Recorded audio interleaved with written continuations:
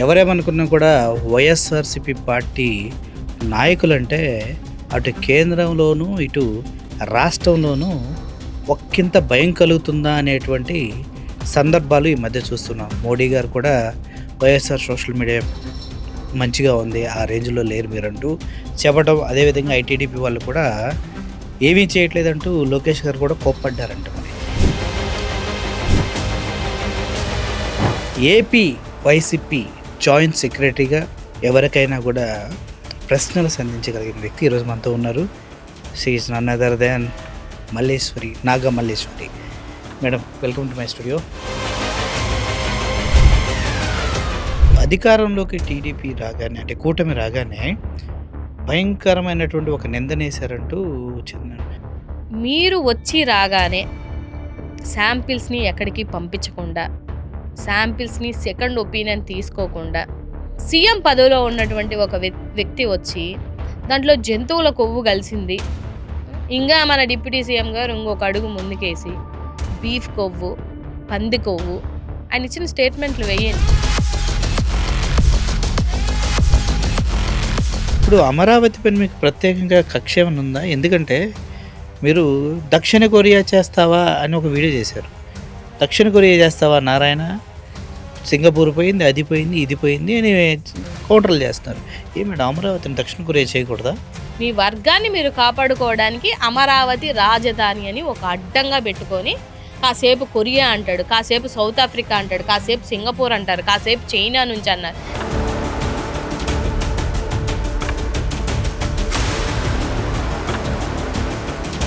ఈ ప్రభుత్వ medical college గురించి మీరు ఒక వీడియో చూశాను మీది. అయ్యన్న పాత్రుడు పారిపోయాడు, రాలేదు, జగన్మోహన్ రెడ్డి గారు అక్కడికి వస్తే స్పీకర్ గురించి చేశారు. నిజంగానే పారిపోయాడా? లేరు కదా సార్ మరి ఆ రోజు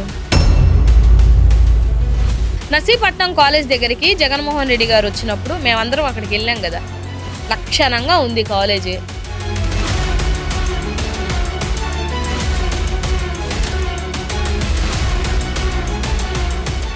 ఇప్పుడు మేము వైఎస్ఆర్సీపీ సార్, రాజశేఖర రెడ్డి గారి జయంతికి, వర్ధంతికి దండలేస్తాం, ప్రోగ్రామ్ చేస్తాం, అఫీషియల్ ప్రోగ్రామ్ చేస్తాం. టీడీపీ వాళ్ళు ఉన్నారు, ఎన్టీ రామారావు గారి వర్ధంతికి, జయంతికి దండలేస్తారు, అఫీషియల్గా ప్రోగ్రామ్ చేస్తారు. ఏ రోజైనా జనసేన పార్టీలో ఇప్పుడు వరకు వాళ్ళ కాలంలో అట్లీస్ట్ ఆయన ట్విట్టర్ ద్వారా అయినా కూడా రంగా గారికి బర్త్డే విషెస్ కానీ, డెత్ యానివర్సరీ విషెస్ కానీ తెలియజేశారా?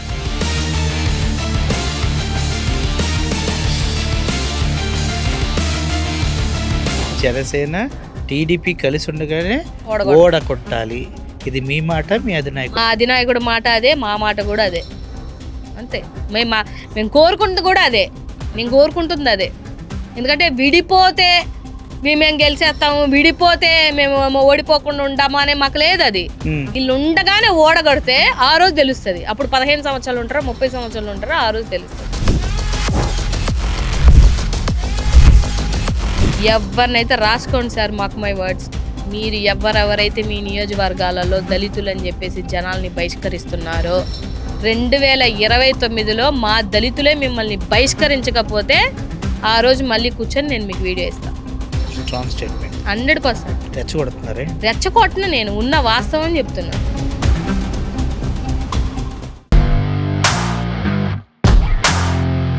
Hi, hello, welcome to post 360.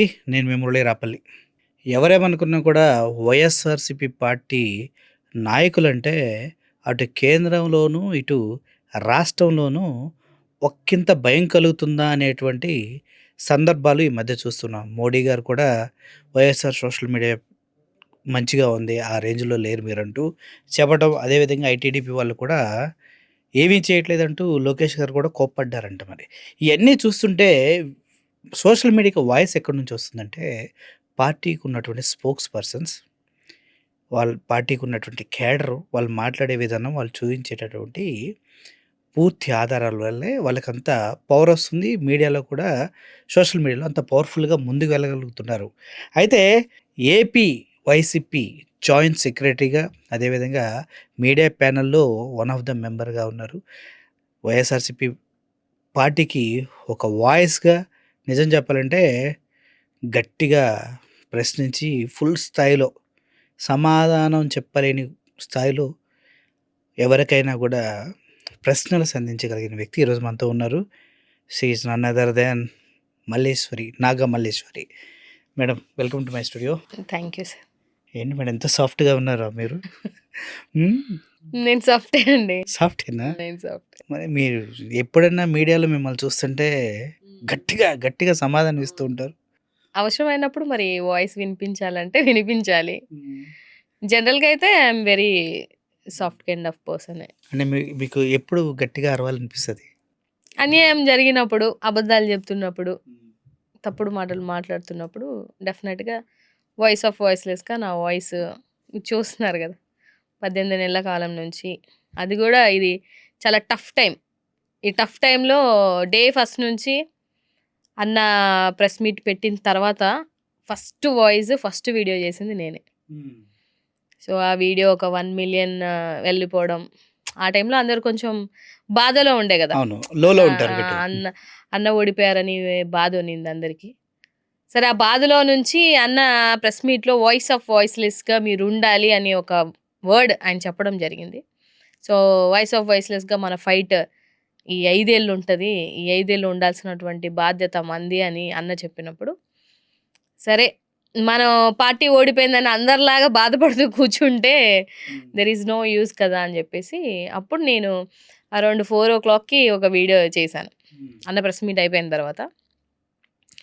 So అది ఫుల్ వైరల్ అవ్వడం, అది బాగా హిట్ అయింది అందరికీ, అటు ఈ గెలిచిన పార్టీకి, అట్లా మన మన పార్టీ కార్యకర్తలందరికీ కూడా. దాని కింద ఒక 5,000 బూతులు ఉన్నాయి అనుకోండి, అది వేరే విషయం. సో ఫస్ట్ టైం అయితే నా వీడియో అదే. మరి అప్పుడు మీకు బెదిరింపు కాల్స్ అట్లాంటి ఏం రాలేదా బూతులోకి? చాలా వచ్చాయండి, చాలా వచ్చాయి. స్టార్టింగ్లో అయితే కొంచెం బాధేసింది. సో నేను ఒక బ్యాంక్ ఎంప్లాయీగా రిజైన్ చేసి ఒక ఎన్జిఓ పెట్టి పాస్ట్ 10 years నుంచి నాదంతా సర్వీస్ ఓరియంటెడ్ థింగ్స్. నేను ఒక సోషల్ యాక్టివిస్ట్. సో ఎప్పుడు ఒక మాట అనిపించుకోం కదా, మనం వీలైతే మన చేతితో ఒక హెల్ప్ చేయడం తప్ప. సో అన్నెసరిగా నేను ఎవరి జోలికి పోను, ఎవరిని పోక్ చేసుకోను, అలాగని నా జోలికి వస్తే ఊరుకోను. ఇది నా మనస్తత్వం. మ్మ్. సో ఏంట్రా ఇలాగా తిడుతున్నారు, ఒకసారే కదా, అంటే జగనన్న కోసం మాట్లాడితే ఇన్ని బూతులు తిడతారా అని నాకు చాలా ఆశ్చర్యం వేసింది. అండ్ పర్సనల్గా కూడా ఫేస్ చేశాను కదా నేను. మ్మ్. తిట్టడం అంటే ఏదో నార్మల్గా మాట్లాడతారేమో అనుకున్నాను, కానీ ఇంకా పచ్చి బండ బూతులు అవి. మ్మ్. సో అప్పుడు కొంచెం ఫీల్ అయ్యాను. అప్పుడు ఇంట్లో వాళ్ళు ఎలా రిసీవ్ చేసుకున్నారు? అవసరమా ఇన్ని తిట్లు, అవసరమా నీకు, ఇలా ఏమైనా లేదా? ఇంట్లో వాళ్ళంటే మా హస్బెండ్ అయితే మాత్రం పాప నిజంగా తన కోసం చెప్పాలి, తనని ఏం చూస్తే ఎక్కడ హర్ట్ అవుతానేమో అని చెప్పేసి మెసేజ్లు అంతా చూడొద్దమ్మా అని చెప్పేవారు. మ్మ్. రిలేటివ్స్ వాళ్ళందరూ చూస్తారు కదా, వదిన అనవసరంగా తిట్టించుకుంటుంది, దట్టు ఓడిపోయిన పార్టీ కోసం తిట్టించుకోవడం ఏంటి, సో ఇవన్నీ ఎందుకు, ఇంకా 5 ఏళ్ళు కష్టపడాలి, 5 ఏళ్ళు టార్గెట్లోకి వచ్చినట్టే కదా. అలా అధికార ప్రతినిధులుగా మా వాయిస్ గ్రౌండ్ లెవెల్లో అంత గట్టిగా వినిపిస్తున్నాము అని అంటే అన్ని ఫేజెస్లో మాకు నెగిటివిటీ అవ్వచ్చు, లేకపోతే మా క్యారెక్టర్ అసోసియేషన్స్ అవ్వచ్చు, లేకపోతే మమ్మల్ని బాడీ షేమింగ్ చేయొచ్చు, మా ఫోటోలు మార్ఫింగ్ అవ్వచ్చు, ఇవన్నీ నేను ఫేస్ చేస్తున్నాయి. And I never cross my limits. నేను ఎప్పుడు త్రూ మై వీడియోస్ కానీ, త్రూ మై డిబేట్స్ కానీ, త్రూ మై ఇంటర్వ్యూస్ కానీ ఎప్పుడు I never cross my limits. అయినా సరే తిడతారు, రాజ్యాంగబద్ధంగా ప్రశ్నించినా తిడతాము అని అంటే చేసేదేం లేదు కదా. ఇప్పుడు బంధువులు అంతా కూడా కొద్దిగా డిమారలైజ్ చేస్తూ ఉంటారు, ఓడిపోయిన వాటికి 5 years అని. కానీ మీకున్న ధైర్యం ఏంటి మరి? ఎందుకు 5 years చూసి మీకు భయమే లేదు? నాకేం భయం ఏం లేదు సార్. నేను ఉద్యమాల నుంచి వచ్చిన అమ్మాయిని. ఏ ఉద్యమాలు చేశారు? చాలా ఉద్యమాలు, జాతిపరంగా ఉద్యమాలు, అమ్మాయిలకి ఏదన్నా ఇబ్బంది కలిగితే నా ఫౌండేషన్ నుంచి ఎన్నో ఉద్యమాలు, చిన్న చిన్న ఆడబిడ్డల మీద అగత్యాలు జరిగినప్పుడు నేను ఒక 27 గవర్నమెంట్ స్కూల్స్ని అడాప్ట్ చేసుకున్నాను. చాలామంది పిల్లలకి గుడ్ టచ్ బ్యాడ్ టచ్ నేనే ఎక్స్ప్లెయిన్ చేసేదాన్ని. స్కూల్స్కి వెళ్తాను, నా ఖాళీ టైం అంతా నేను అలాగే స్పెండ్ చేస్తాను. I have done my PhD MBA, ఇప్పుడు LLB కూడా చేస్తున్నా. చదువు అనేది నాకు జ్ఞానం కోసం సంపాదించుకోవడానికి, సొసైటీ ఒక గౌరవం ఇవ్వడానికి నేను చదువుకున్నాను. ఎందుకంటే నేను ఓ దళిత మహిళగా నేను ఆ బ్యాక్గ్రౌండ్ నుంచి వచ్చాను కాబట్టి, మా అంబేద్కర్ గారి ఆశాభావాలతో చదువు అనేది మాకు గౌరవాన్ని ఇస్తుంది కాబట్టి అది నేను నమ్మి చదువుకున్నాను. అలాగే నా చదువు సొసైటీకి ఉపయోగించాలి అన్న ఒక ఉద్దేశంతో నేను ఎన్‌జీఓ స్టార్ట్ చేశాను. ఇంత చదువుకొని ఎన్‌జీఓ చేయాల్సిన అవసరమే లేదు. ఈ ఎన్‌జీఓ ఏంటండి? న్యూ దేని హోప్ ఫౌండేషన్ అండి. చూసాను. కొన్ని వీడియోస్ చూసాను. చాలా చేశాను. రీసెంట్‌గా గూడా ఒక అన్న బర్త్‌డేకి ముందే ఒక 15 మంది హిజ్రాస్‌ని అడాప్ట్ చేసుకున్నాము. హ్మ్. సో, వాళ్ళకి గూడా సొసైటీలో ఒక గౌరవాన్ని ఇవ్వాలి అనే ఒక ఉద్దేశంతోటి. అంటే అడాప్ట్ చేసుకుంటే ఎలా అండి వాళ్ళకి? ఎవ్రీ మంత్ వాళ్ళకి అన్ని గ్రోసరీస్ మొన్న అన్న బర్త్‌డే రోజు కూడా చేశాను చూసాను. నేను. ఆ వీడియో ఉంది. అది నేను ప్లే చేస్తాను మీకు. చేశాను. వాళ్ళు గూడా చాలా హ్యాపీగా ఫీల్ అయ్యారు. అన్న టైంలో వాళ్ళకి పెన్షన్స్ అంతా రావడం. వాళ్ళేంటంటే భిక్షాటన చేయరు. హ్మ్. మేము సెలెక్ట్ చేసుకున్న వాళ్ళు ఎవరైతే ఉన్నారో, వాళ్ళు వాళ్ళ కాళ్ళ మీద నిలబడి సెల్ఫ్‌గా వాళ్ళు సొసైటీలో నిలబడాలి అని అనుకున్న వాళ్ళు. అలాంటి ఓహ్! వాళ్ళకే హెల్ప్ చేస్తాం. భిక్షాటన చేసేవాళ్ళు లేకపోతే కొన్ని చేస్తూ ఉంటారు గదా! అలాంటి వాళ్ళకి కాదు. హ్మ్. సో, సొసైటీలో ఇంకా వాళ్ళని చూసి మిగతా వాళ్ళంతా రావాలి అనేది నా కోరిక. సో, మన ఇప్పుడు మేల్‌కి, ఫీమేల్‌కి అన్ని రైట్స్ ఉన్నాయో వాళ్ళకి గూడా అన్నే రైట్స్ ఉన్నాయి. యాహ్! డెఫినెట్‌గా. I agree with you. So, we have to వాళ్ళ కోసం కష్టపడాలి అని నాకనిపించింది. సో, ఒక 15 మెంబర్స్‌ని అడాప్ట్ చేసుకున్నాను. మా చంద్రబాబు నాయుడు గారేమో సంక్షేమానికి పుట్టినిల్లు టీడీపీ అని చెప్తా ఉంటారు. మీరేమో సంక్షేమ సారథి జగన్మోహన్ రెడ్డి బ్రాండే సంక్షేమం అని చెప్తూ ఉంటారు. ఎందుకు అలా కాంట్రాడిక్ట్ చేస్తున్నారు చంద్రబాబు నాయుడు గారితో? ఇప్పుడు సంక్షేమానికి ఆయనే బ్రాండ్ అనుకోండి. మొన్న 2024 ఎలక్షన్‌లో మరి ఆయన బ్రాండ్‌ను ఉపయోగించి రావాల్సిందే కదా ఎలక్షన్‌కి. జగన్మోహన్ రెడ్డి గారు ఇస్తానన్న పథకాలు మేనిఫెస్టోలో పెట్టుకొని ఒక్క పథకం కూడా తీయమని చెప్పి సూపర్ 6తో పాటు 143 పథకాలు ఇస్తామని చెప్పారు. ఇంకా మనం సూపర్ 6 దగ్గరే పోరాడుతున్నాం, గొడవాడుతున్నాం. అవి కాక బయటికి వస్తే ఇంకా 143 పథకాలు ఇస్తానన్నారు. సూపర్ 6 కాకుండానే ఇంకో ఇంకా 143 బోల్డ్ ఉన్నాయి. అలా మేనిఫెస్టో నేను మేనిఫెస్టో చదివాను. చదివారు కదా. ప్రతి కులానికి, ప్రతి జాతికి, ప్రతి మా ఒక్కరికి జాతికి, మా దళిత జాతికి బోల్డ్ చేస్తానన్నారు. ఏం చేశారు ఆయన? ఏం చేశారు సార్? ఓట్లకి వాళ్ళు ఇప్పుడు మీరు 15 సంవత్సరాలు ఆయన ఒక ముఖ్యమంత్రిగా చేసినటువంటి వ్యక్తి. 40 సంవత్సరాల రాజకీయ చరిత్ర, విజనరీ 2047 అంటారు కదా. మన చిన్నప్పటి నుంచి చూస్తున్నాం మరి. ఏం చేశారు? మేము పలాంది చేశాము అని మీరు చెప్పుకోలేదు కదా ఎలక్షన్‌లో. మొన్న ఎలక్షన్‌కి జగన్మోహన్ రెడ్డి గారు, యాంటీ జగన్మోహన్ రెడ్డి గారు అంతే. అంతే తప్పితే ఈళ్ళేదో ఊడబొడిచి, వీళ్ళేదో ప్రజలకేదో చేసి, ఈళ్ళేదో రాష్ట్ర ప్రజలకేదో చేశారని చేసున్నుంటే ఒకటన్నా ఆళ్ళు చెప్పుకొని ఎళ్ళేవాళ్ళు గదా అని అడుగుతున్నాను సార్ నేను. అంటే ఇప్పుడు వరకు చంద్రబాబు నాయుడు గారు ప్రజలకి ఏమీ చేయలేదా? చేసున్నుంటే మేమిది ఇప్పుడు మీరేదన్నా అన్నాననుకోండి సార్, మీరే ఎలక్షన్ పోటీ చేశారు. ఏం చెప్తారు? నేనే అన్నాను. నేను సొసైటీకి ఇంత చేశాను. కరోనాలో గానీ, తిత్లీలో గానీ, లేపోతే జనాలకి ఇంత చేశాను, ఇంత సేవ చేశాను అని నేను చెప్పుకోవడానికి, ఎళ్ళడానికి ఉంటది గదా! కాదు పలానోళ్ళు మీరేదో చేశారు. మీరు చేసిందే నేను చేస్తాను. ఒకటి కూడా తీయను. ఆయనదే నేను కాపీ పేస్ట్ చేస్తాను. ఆయనదే నేను నా మేనిఫెస్టోలో పెట్టుకుంటే నేను చేసినట్టా? చేయనట్టా? అంటే ఏమో ఆ పథకాలు నచ్చినాయేమో ఆయనకి. తప్పేముంది అందుట్లో? నచ్చిందంటే అర్థం ఏంటిది? నచ్చిందంటే అర్థం ఏంటి? నచ్చిందంటే అర్థం ఏంటిది? ప్రజలకి మంచి జగన్మోహన్ రెడ్డి గారు ప్రజలకి మంచి చేశారనే కదా అర్థం. ఓహో! అలా వచ్చారా? అంతే కదండి. అందుకే చంద్రబాబు నాయుడు గారు అట్ని కంటిన్యూ చేశారు. అట్లే ఆయన ఆన్ స్టేజ్ మీద చెప్పారు. నేను ఒక్క పథకం కూడా జగన్మోహన్ రెడ్డి గారిది తీయను. అవే పెట్టుకొని దానికే ఇంకొక 5,000 ఒక 1,000 రూపాయలు ఒక లేకపోతే రైతు భరోసా ఒక 20,000 ఇలా ఇచ్చుకొని పెంచుకోనే కదా ఆయన పెట్టుకున్నారు. సో పెట్టుకుంటున్నప్పుడు ఆయన పథకాలే పేరు పెట్టుకున్నారంటే అర్థం ఏంటిది? ఆయన పరిపాలన బాగున్నట్టే కదా. పేర్లు మార్చి 5 సంవత్సరాలలో సోమరిపోతుల్ని చేస్తున్నారు. పథకాలు ఇచ్చేసి ఇవి వేస్ట్, యువతని సోమరిపోతులు చేస్తున్నారు అని చెప్పినటువంటి మీరు ఎలక్షన్‌కి వచ్చేసరికి లేదు నేను జగన్మోహన్ రెడ్డి గారు ఏది ఇస్తే అది ఒకటి కూడా తీయను అని చెప్పారు. యువతకి 3,000 నిరుద్యోగ భృతి ఇస్తానన్నారు. మరి సోమవారపోతులు చేసేదానికి ఇది నిరుద్యోగ భృతి ఎందుకు ఇచ్చారు? ఎందుకు ఇస్తానని చెప్పారు మీరు? ఇవ్వట్లేదు కదా మీరు. ఇవ్వట్లేదు కదా. ఆ రోజు ఓట్లు అవసరం. వాళ్ళ పద్ధతి అలాగే ఉంటదండి. ఆ రోజు వాళ్ళకి ఓట్లు అవసరం కాబట్టి ఎన్ని మాటలంటే అన్ని కల్లబుల్లి అబద్ధాలు. మా జగన్మోహన్ రెడ్డి గారికి అబద్ధాలు చెప్పడం రాక ఇలాగా. మీరు అబద్ధాలు చెప్పటమే రాదంటున్నారు. చాలా మంది చేసింది చెప్పుకోవటం కూడా అది రాదని అది ట్రూ 100% అండి. నేను పార్టీలోకి వచ్చిన తర్వాత నా వాయిస్ నేను వినిపిద్దామని డిసైడ్ అయిన తర్వాత అసలు పార్టీకి ఉన్న పాసిబిలిటీస్ ఏంటి, ఏది నేను జనాల్లోకి తీసుకెళ్తే బాగుంటది, అసలు జగన్మోహన్ రెడ్డి గారు ఏం చేశారు అని 3 నెలలు కూర్చున్నాను నేను సబ్జెక్ట్ మీద.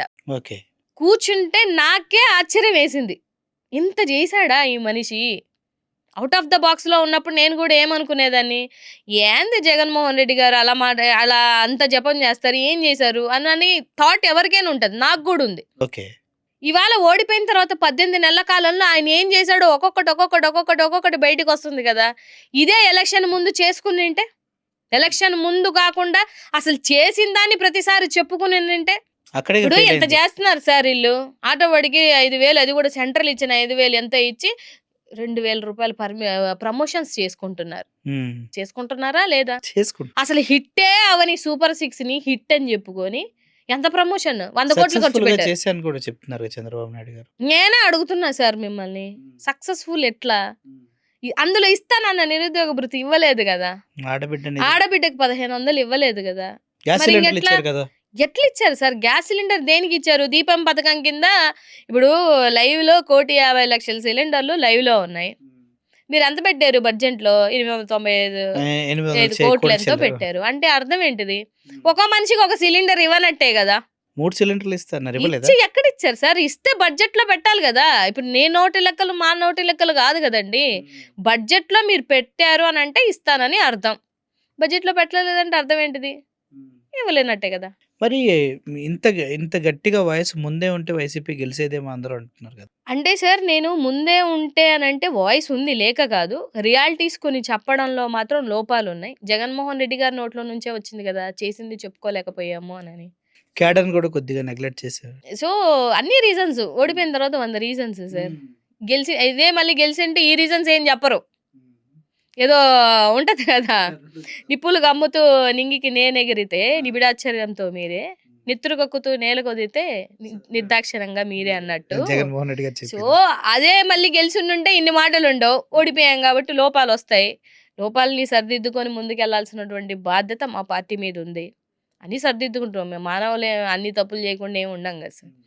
ఒకటి 90% చేసింది చెప్పుకోలేకపోతే 10% కొంచెం కార్యకర్తలలో కొంచెం వెసులుబాటు, ఆయన 5 సంవత్సరాలు ప్రజలకే చేద్దామని ఆ దృష్టితో ఉండడం మూలాన, దట్టు 2 సంవత్సరాలు కరోనా రావడం, ఇవన్నీ ఎక్కడో ఒక చోట ఎవరినో ఒకరిని మనస్తాపానికో, హర్ట్ అయ్యో ఏవో ఉంటాయి. సో, అవన్నీ ఇప్పుడు రెక్టిఫై చేసుకుంటున్నారు గదా! ఇప్పుడు అధికారంలోకి టీడీపీ రాగానే అంటే కూటమి రాగానే భయంకరమైనటువంటి ఒక నిందనేశారంటూ చిన్న జగన్మోహన్ రెడ్డి కావచ్చు, వైఎస్ఆర్‌సీపీ క్యాడర్ మొత్తం చెప్తారు. తిరుమల లడ్డు అనేదాన్ని ఏమీ జరగకపోయినా అపవిత్రంతో జంతు మాంసాలు, ఆ ఆయిల్స్ కలిసినాయి అని చెప్తున్నారని చెప్పారు.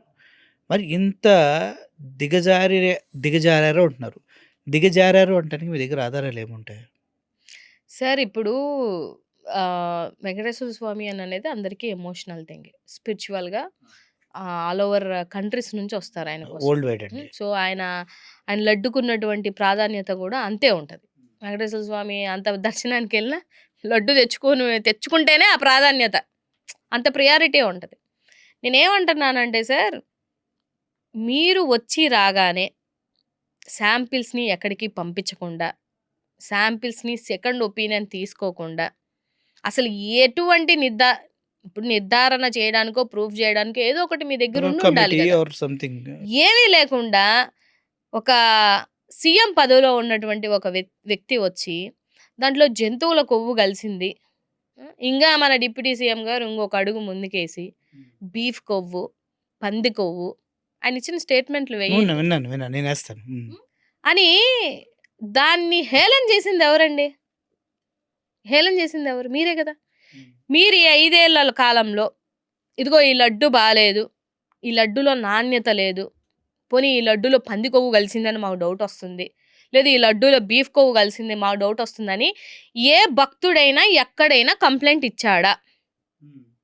ఇచ్చుంటే ఆ కంప్లెయింట్‌లు తీయమనండి. మరి చంద్రబాబు నాయుడు గారికి ఎలా తెలిసిందండి అందుట్లో కలిసి? సార్ అది వాళ్ళు చెయ్యాలనుకోని చేసినటువంటి విషయం. ఆ బోలే బాబాకి గూడా పర్మిషన్‌లు ఇచ్చింది ఎవరు? వాళ్ళే గదా! వాళ్ళ గవర్నమెంట్‌లోనే. వాళ్ళ గవర్నమెంట్‌లో పర్మిషన్‌లే గదా!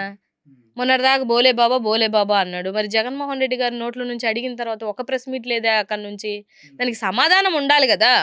ఎందుకు జగన్మోహన్ రెడ్డి గారు ఎప్పుడు ప్రెస్ మీట్ పెట్టినా దానికి కౌంటర్ ప్రెస్ మీట్ ఆళ్ళ దగ్గర ఆన్సర్ ఉంటాయి గదా సార్! ఆన్సరు ఆయన సబ్జెక్ట్ పరంగా అడుగుతారు. లెక్కలు మొహం మీద కొట్టినట్టు, ఎండగట్టినట్టు అడుగుతారు. వాటిని మీరు ఇప్పుడు డిఫైన్ చేసుకోవాలనుకుంటే మీ దగ్గర సబ్జెక్ట్ ఉంటే చేస్తారు. ఇప్పుడు మీరు నన్ను ఇన్ని క్వశ్చన్లు వేశారు, నా దగ్గర సమాధానం ఉంటే చెప్పగలుగుతాను, లేదంటే పాస్ అంటాను, లేదంటే ఇంకొక ఏదో డైవర్ట్లోనే ఏదో చేస్తాను కదా నేను. మరి ఆయన 2 గంటల సేపు ప్రెస్ మీట్ పెడుతున్నారు కదా వచ్చినప్పుడల్లా. ఈ 19 నెలల కాలంలో ఒక్కరు కాకపోతే ఒకరు, వాళ్ళు ఎమ్మెల్యేలైనా, మంత్రులైనా, అధికార ప్రతినిధులైనా ఎవరన్నా వచ్చి ప్రెస్ మీట్ పెట్టారా? సార్ మీరు చెప్తుంది తప్పు లెక్కలు జగన్మోహన్ రెడ్డి గారు, ఇవి కాదయ్యా లెక్కలు, ఇదిగో ఇవి మీరు చేసిన అప్పులు ఇవి, లేకపోతే మేము చేస్తున్న అప్పులు ఇవి, మేము అంతకుముందు చేసిన అప్పులు ఇవి, మేము రాబో రోజులలో చేస్తున్నటువంటి అప్పులు ఇవి అని వాళ్ళని చెప్పమనండి. ఓ శ్వేతపత్రం రిలీజ్ చేయమనండి. అసలు శ్వేతపత్రాలకి బ్రాండ్ అంబాసిడరే చంద్రబాబు నాయుడు గారు. ఈ 19 నెలల కాలంలో ఒక్క శ్వేతపత్రం రిలీజ్ చేయలేదు ఆయన. ఎందుకు చేయలేదు? చేస్తే అలా బతుకులు జనాలకు తెలిసిపోతాయని అంటే అంతే. తప్పులు చేస్తున్నారని అఫ్ చెప్తూ కోర్స్ 100% అందులో డౌట్ ఏముంది సార్. ఆధారాలు అడుగుతారు అప్పులు చేస్తున్నారంటే. ఉన్నాయి కదా, లేకుండా వాళ్ళు లేకుండా ప్రతి మంగళవారం 5,000 కోట్లు అప్పులు చేస్తున్నారు సార్. ప్రతి మంగళవారం చేస్తున్నారు. ఏం చేస్తున్నారో చెప్పమనండి. ఇప్పుడు దగ్గరగా 2,70,000 కోట్లు అప్పు చేశారు. 79,000 కోట్లు వరకు వచ్చేసి. 79,000. ఆ 9,000 కూడా వదలకూడదు. ఆ 9,000 ఉంటే ఈ ప్రభుత్వ మెడికల్ కాలేజీలు అలా ఉండిపోతాయి కదా, ప్రైవేటీకరణ చేయకుండా. ఈ ప్రభుత్వ మెడికల్ కాలేజీ గురించి మీరు ఒక వీడియో చూశాను మీది. అయ్యన్న పాత్రుడు పారిపోయాడు, రాలేదు, జగన్మోహన్ రెడ్డి గారు అక్కడికొస్తే స్పీకర్ గురించి చేశారు. నిజంగానే పారిపోయాడా? లేరు కదా సార్ మరి ఆ రోజు. ఇప్పుడు ఆయనే కదా ఛాలెంజ్ చేసింది. ఆయనే పర్మిషన్ లేదు ఆ అన్నాడు. రోజు అసలు పర్మిషన్లే దాలేదు, కాలేజీలే లేవు, జీవో లేదు. జీవోనే లేదు అని ఛాలెంజ్ చేసింది ఎవరు? అయ్యన్న పాత్రుడు గారు. దానికి మన హోంమంత్రి అనిత గారు పవర్ పాయింట్ ప్రెజెంటేషన్ ఇచ్చింది. ఆమెతో చేయించారు కదా వాళ్ళందరూ. వీళ్ళిద్దరే కదా సవాల్ ఇసిరింది. అవును. వీళ్ళిద్దరు ఆ జిల్లాలోనే కదా ఉన్నది. ఉన్నప్పుడు మరి ఆయన వచ్చినప్పుడు ఎందుకు పారిపోయారు? అదే కదా సార్, ఉంటే ఉన్నారని అంటాను, లేదంటే లేదంటాను. నర్సీపట్నం కాలేజ్ దగ్గరికి జగన్మోహన్ రెడ్డి గారు వచ్చినప్పుడు మేమందరం అక్కడికి వెళ్ళాం కదా, లక్షణంగా ఉంది కాలేజ్. అవును, అక్కడ కాలేజీ ముందు మాట్లాడారు కదా. నేను మాట్లాడాను కదా. మరి కాలేజ్ లేకపోతే first floor, second floor, third ఫ్లోర్కి ఎంతమంది పోలీసులు ఎందుకు పెట్టారు? దాని చుట్టూ ఎందుకు ఇనప రాడ్లతో కంచేశారు లోపలికి వెళ్ళకూడదని? ఎందుకు వేసారు సార్? కాలేజీ లేదు, లేనప్పుడు ఎందుకు వేసారు? పోనీ మీరు ఎక్కడికి పోయారు? మీరు అక్కడికి రావాల్సింది కదా. ఛాలెంజ్ చేశారు కదా మరి. ఛాలెంజ్ చేసామంటే అర్థమైంది సార్. ఛాలెంజ్ చేసామంటే నువ్వు దమ్ముగా ధైర్యంగా ఉండాలి కదా ఆ రోజు అక్కడ. లేవు, దుబాయ్కో ఎక్కడికో పారిపోయారంట, ఈవిడ ఎక్కడికో వెళ్ళింది. ఇంక మరి ఇంకేమంటారు? జనాలకు అక్కడే తెలిసిపోయింది కదా. అయ్యన్న పాత్రుడు గారు గతంలో కూడా జగన్మోహన్ రెడ్డి గారు అనుచితంగా తప్పుగా మాట్లాడటం జరిగింది. ప్రతిసారి అరే ఒరే వాడు పొట్టుడు ఇట్లా అంటూ ఉన్నారు. దానికి మీ నుంచి గట్టిగా ఎందుకు కౌంటర్ చేయలేకపోతూ ఉన్నారు? ఎందుకు కౌంటర్ చేయాలి సార్? ఇప్పుడు మీకు ఒక విషయం చెప్తాను చూడండి. అసలు ఈ బూతులు సాంప్రదాయాన్ని తీసుకొని వచ్చిందే టీడీపీ పార్టీ. దాన్ని ఇంకొక ఎత్తుకు రేపిందే జనసేన వాళ్ళు. నా పవన్ కళ్యాణ్ ఏమనకండి, కంటిన్యూ చేయండి. మీ పవన్ కళ్యాణ్ అంటే మరి జనసేన పెట్టింది మీ పవన్ కళ్యాణ్ గారే కదా. మీరు టాపిక్ ప్రశ్నిస్తారు ఎప్పుడు మీకు అవసరమైనప్పుడు, మీకు అవసరం అనుకున్న వాళ్ళకి ప్రశ్నిస్తారు. జనాల కోసం అయితే కాదు మీరు పార్టీ పెట్టుకుంది. సో నేనేమంటానంటే ఈ సాంప్రదాయాన్ని తెరలేపిందే మీరు. ఇప్పుడు అన్నిసార్లు అయ్యన్న పాత్రుడు గారు తిట్టారు కదా జగన్మోహన్ రెడ్డి గారిని, చాలా బూతులు మాట్లాడాడు. ఒక సీఎంగా ఉన్నటువంటి వ్యక్తి, వాళ్ళ నాన్నగారు కూడా ఒక సీఎం ఉన్నటువంటి వ్యక్తి కదా. ఓ ప్రొఫైల్ అయితే ఉంది కదా. ఓ జనాలకి లేదో వాళ్ళ ఫ్యామిలీ నుంచి ఈ రాష్ట్రానికి ఎంతో కొంత చేశారు కదా. ఏ రోజైనా మన జగన్మోహన్ రెడ్డి గారు ఏదో మీ పవన్ కళ్యాణ్ తిట్టినట్టుగా ఏ రోజన్నా జగన్మోహన్ రెడ్డి గారు అయ్యన్న పాత్రుడు గారిని తిట్టారా? జగన్మోహన్ రెడ్డి గారు తిట్టారా? లేదు. పోనీ మీ పవన్ కళ్యాణ్ గారో, మీ లోకేష్ బాబు గారో ఏవో బూతులు ఉన్నాయి. ఇంకా మరి నేను ఆ బూతులు చెప్పలేను కానీ లండన్ ఎందుకు వెళ్ళాడు అని అంటే ఓ పెద్ద బూతులు వాడాడు కదా. అలా ఏ రోజైనా జగన్మోహన్ రెడ్డి గారు లోకేష్ బాబు గారిని కానీ వాళ్ళ ఇంట్లో వాళ్ళని కానీ ఎప్పుడైనా బూతు తిట్టాడా? లేదే. తిట్టి మీరు మీరు మీడియాలో 20 సంవత్సరాల నుంచి ఉన్నారు కదా, తెలుసు. తిడితే అది బయటకు వచ్చిద్దిగా. సో చంద్రబాబు నాయుడిని ఏ రోజన్నా పచ్చి బూతులు తిట్టాడా? తిట్టలేదే. తిట్టలేనప్పుడు తిట్లేమో మీరంతా తిట్టి మళ్ళీ మా మీద బూతులు పార్టీ అని అంటే ఎట్లా మేము తీసుకోవాలి సార్? మీరు బూతులు స్టార్ట్ చేసిందే మీరు, బూతులు తిడుతుందే మీరు, అడ్డగోలుగా మాట్లాడుతుందే మీరు, పోలీసుల్ని అడ్డగోలుగా చొక్కాలు ఇప్పి నిలబడతాము అది ఇది మాట్లాడుతుంది మీరు. మీ మీడియా అంటే మీ వీడియోలు మీరు చూసుకోరు, వాళ్ళు చూసుకోరు. పాపం చరిత్ర తెలియదు అనుకుంటే ఎలాగవుతుంది? అన్నీ బయటకు వస్తాయి కదా. సో నేనేమంటున్నానంటే మీరు మాట్లాడతారు, ఇక్కడ కొంచెం గట్టిగా ఉంటాయి సార్ వాయిస్లు. వైఎస్ఆర్సీపీలో ఉన్నటువంటి థింగ్ ఏంటంటే ఇక్కడ కొంచెం స్వేచ్ఛ ఉంటుంది. ఆ స్వేచ్ఛకి మేము కొంచెం గట్టిగానే మాట్లాడతాం. మా వాయిస్‌లన్నీ అధికార ప్రతినిధుల వాయిస్‌లన్నీ గట్టిగానే ఉంటాయి. మా మాట గట్టిగా వినిపించిందంత మాత్రాన మొత్తం అంతా తొప్పి మా మీద వేస్తానంటే, ఇప్పుడు నువ్వు చెప్పు చూపించావు సార్, ఇక్కడ చెప్పు రాదా? నువ్వేమీ కాదు, 2 చోట్ల ఓడిపోయినటువంటి వ్యక్తివి నువ్వు. నువ్వే చెప్పు చూపించి నా కొడకల్లారా గొంతు బీసికేస్తాను, అది బీసికేస్తాను అని మాట్లాడినప్పుడు, మరి ఇక్కడ ఎగ్జిస్టింగ్‌గా ఉన్నటువంటి ఎమ్మెల్యేలు, మంత్రులు, అందులో మీ కులపోళ్ళు ఊరుకుంటారా? ఊరుకోరు కదా! సో మీరు పోక్ చేస్తారు. తిరిగి ఏదన్నా కౌంటర్ ఇస్తే కౌంటర్ గుర్తుంటుంది జనాలకి. కౌంటర్‌నే తీసుకెళ్తున్నాడు. ఓ పక్క పవన్ కళ్యాణ్ గారు నిన్నది ఆయన వీడియో చూశాను. చేతి వేల గీతలు తీసేస్తాను. చేతులు అరగ తీసేస్తారు. అరగదీయ కూడా కాదు, గీతలే తీసేస్తాను. గీతలు తీసేస్తాను. మీకు వేలు ముద్ర వేయడానికి కూడా అవ్వదనంటే ఏం వేలు తీసేసి చేతులు తీసేసి నరికేస్తారా? ఇది ఒక డిప్యూటీ సీఎంగా ఉన్నటువంటి ఒక వ్యక్తి అన్ని కోట్ల మంది జనాలు చూస్తుండగా రౌడీయిజం చేస్తుంది ఎవరు? బెదిరిస్తుంది ఎవరండి? దాని బెదిరింపే కదా అది. మరి అలా అనుకుంటే జగన్మోహన్ రెడ్డి కూడా రప్ప రప్ప రప్ప ఏదో అన్నారంటారు కదా. జగన్మోహన్ రెడ్డి గారు ఎప్పుడు రప్ప రప్ప అనలేదు. ఎవరో ఒక మీడియా అతను అడిగితే ఇదేంది రప్ప రప్ప అంటున్నావు, ఇదేదో సినిమా డైలాగ్ కదా అని చెప్పారు. అంతే తప్పితే ఆయన రప్ప రప్ప ఇట్లాంటి వాటికి కూడా కేసులు పెడతారా అన్నాడు ఆయన. సినిమా డైలాగ్ కూడా కేసులు సినిమా డైలాగ్ కదా అది. Cinema dialogue. మరి అదే పిఠాపురంలో అంబేద్కర్ గారి కోనసీమ జిల్లాలో నీ బతికెంత, నీ స్థాయి అంతా పడుకోబెట్టి నరుకుతామన్న రోజు ఎక్కడికి పోయారు మీరంతా? ఎవరున్నారు మేడం? పవన్ కళ్యాణ్ గారు ఫ్లెక్సీ వేసండి. ఫ్లెక్సీ తీయించారు కదా, చించేయించారు కదా ఫ్లెక్సీ. దాని మీద రాసిన హెడ్డింగ్ ఇదే, మీ బతికెంత, మీ స్థాయి అంతా. స్టార్ట్ చేసిందే వాళ్ళు, స్టార్ట్ చేసిందే వాళ్ళు. మీరు రప్పా రప్పానే పట్టుకొని సంవత్సరం తరబడున్న రప్పా రప్పా అంటే మరి ఏకంగా రెడ్ బుక్ అని పెట్టారు. రెడ్ బుక్ లో 3 పేజీలే అయ్యాయి, ఇంకా బోల్డ్ పేజీలు ఉన్నాయని ఓపెన్ గా బెదిరిస్తున్నారు జనాల్ని. 1200 మంది సోషల్ మీడియా వాళ్ళని అరెస్ట్ చేశారు. పిచ్చుకల మీద బ్రహ్మాస్త్రం లాగా సోషల్ మీడియా వాళ్ళ మీద పడ్డారు. అంటే ఇది ఇలాంటి పరిపాలన చెయ్యి జగన్మోహన్ రెడ్డి గారు. మన లోకేష్ బాబు గారు చెప్తున్నారు, ఇలాంటి పరిపాలన చెయ్యాలా నువ్వు చేసింది కాదు పరిపాలన నాయనా, మంచిది దేవుడు ఉన్నాడు కింద దేవుడు ఉన్నాడు అంటే అవ్వదు. ఇదిగో మాలాగా అడ్డగోలుగా అందరినీ తీసుకెళ్లి అరెస్ట్ చేసుకుంటూ. సార్ ఇప్పుడు జనరల్గా వాళ్ళ పార్టీలో వాళ్ళ నాయకుల కోసం పోరాడే వాళ్ళు ఉంటారు, కార్యకర్తలు ఉంటారు. మా నాయకుడి కోసం మాట్లాడే వాళ్ళు ఉంటాము, కార్యకర్తలు. బాగా తప్పు చేసిన వాళ్ళని అరెస్ట్ చేయమనండి, నేనేం సమర్థించాను. నేను డే ఫస్ట్ నుంచి ఈ బూతులకి, ఈ అడ్డగోలుగా పర్సనలైజ్గా చేసే మాటలకి నేను విరుద్ధం. ఇది నా పర్సనల్ అజెండా. నేను అదే అజెండాతో ఈ పార్టీలో, మన పార్టీలో ఉన్నా కూడా నేను ముందుకు వెళ్తున్నటువంటి వ్యక్తిని. కానీ నేనేమంటున్నానంటే, అరెస్ట్ చేసిన ప్రతి ఒక్కరి మీద 111 కేసులు పెడుతున్నారు అని అంటే 111 సెక్షన్లు అయితే గంజాయి కేసులు దేనికి పెట్టడం సార్? మరి ఇక్కడ పెడుతున్నప్పుడు సరే, ఇక్కడ తప్పు చేశారు పెట్టారే అనుకోండి, మరి అక్కడ తప్పు చేసిన వాళ్ళని కూడా పెట్టాలి కదా. ఇప్పుడు మా కింద బూతులు తిడుతున్న వాళ్ళు ఎవరు సార్? మేము తిట్టించుకున్న వాళ్ళంతా ఎవరు? మా పార్టీ వాళ్ళైతే మమ్మల్ని తిట్టరు కదా.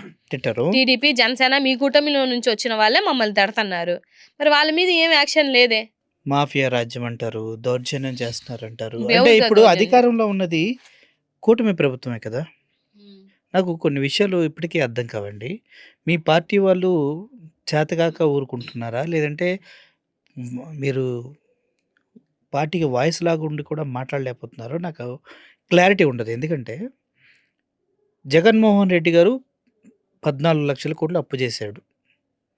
ఇది ప్రజలందరి ముందు మళ్ళీ మనకి అసెంబ్లీలో వచ్చేసరికి 3,30,30,000 కోట్లు ఏమో చెప్పారు.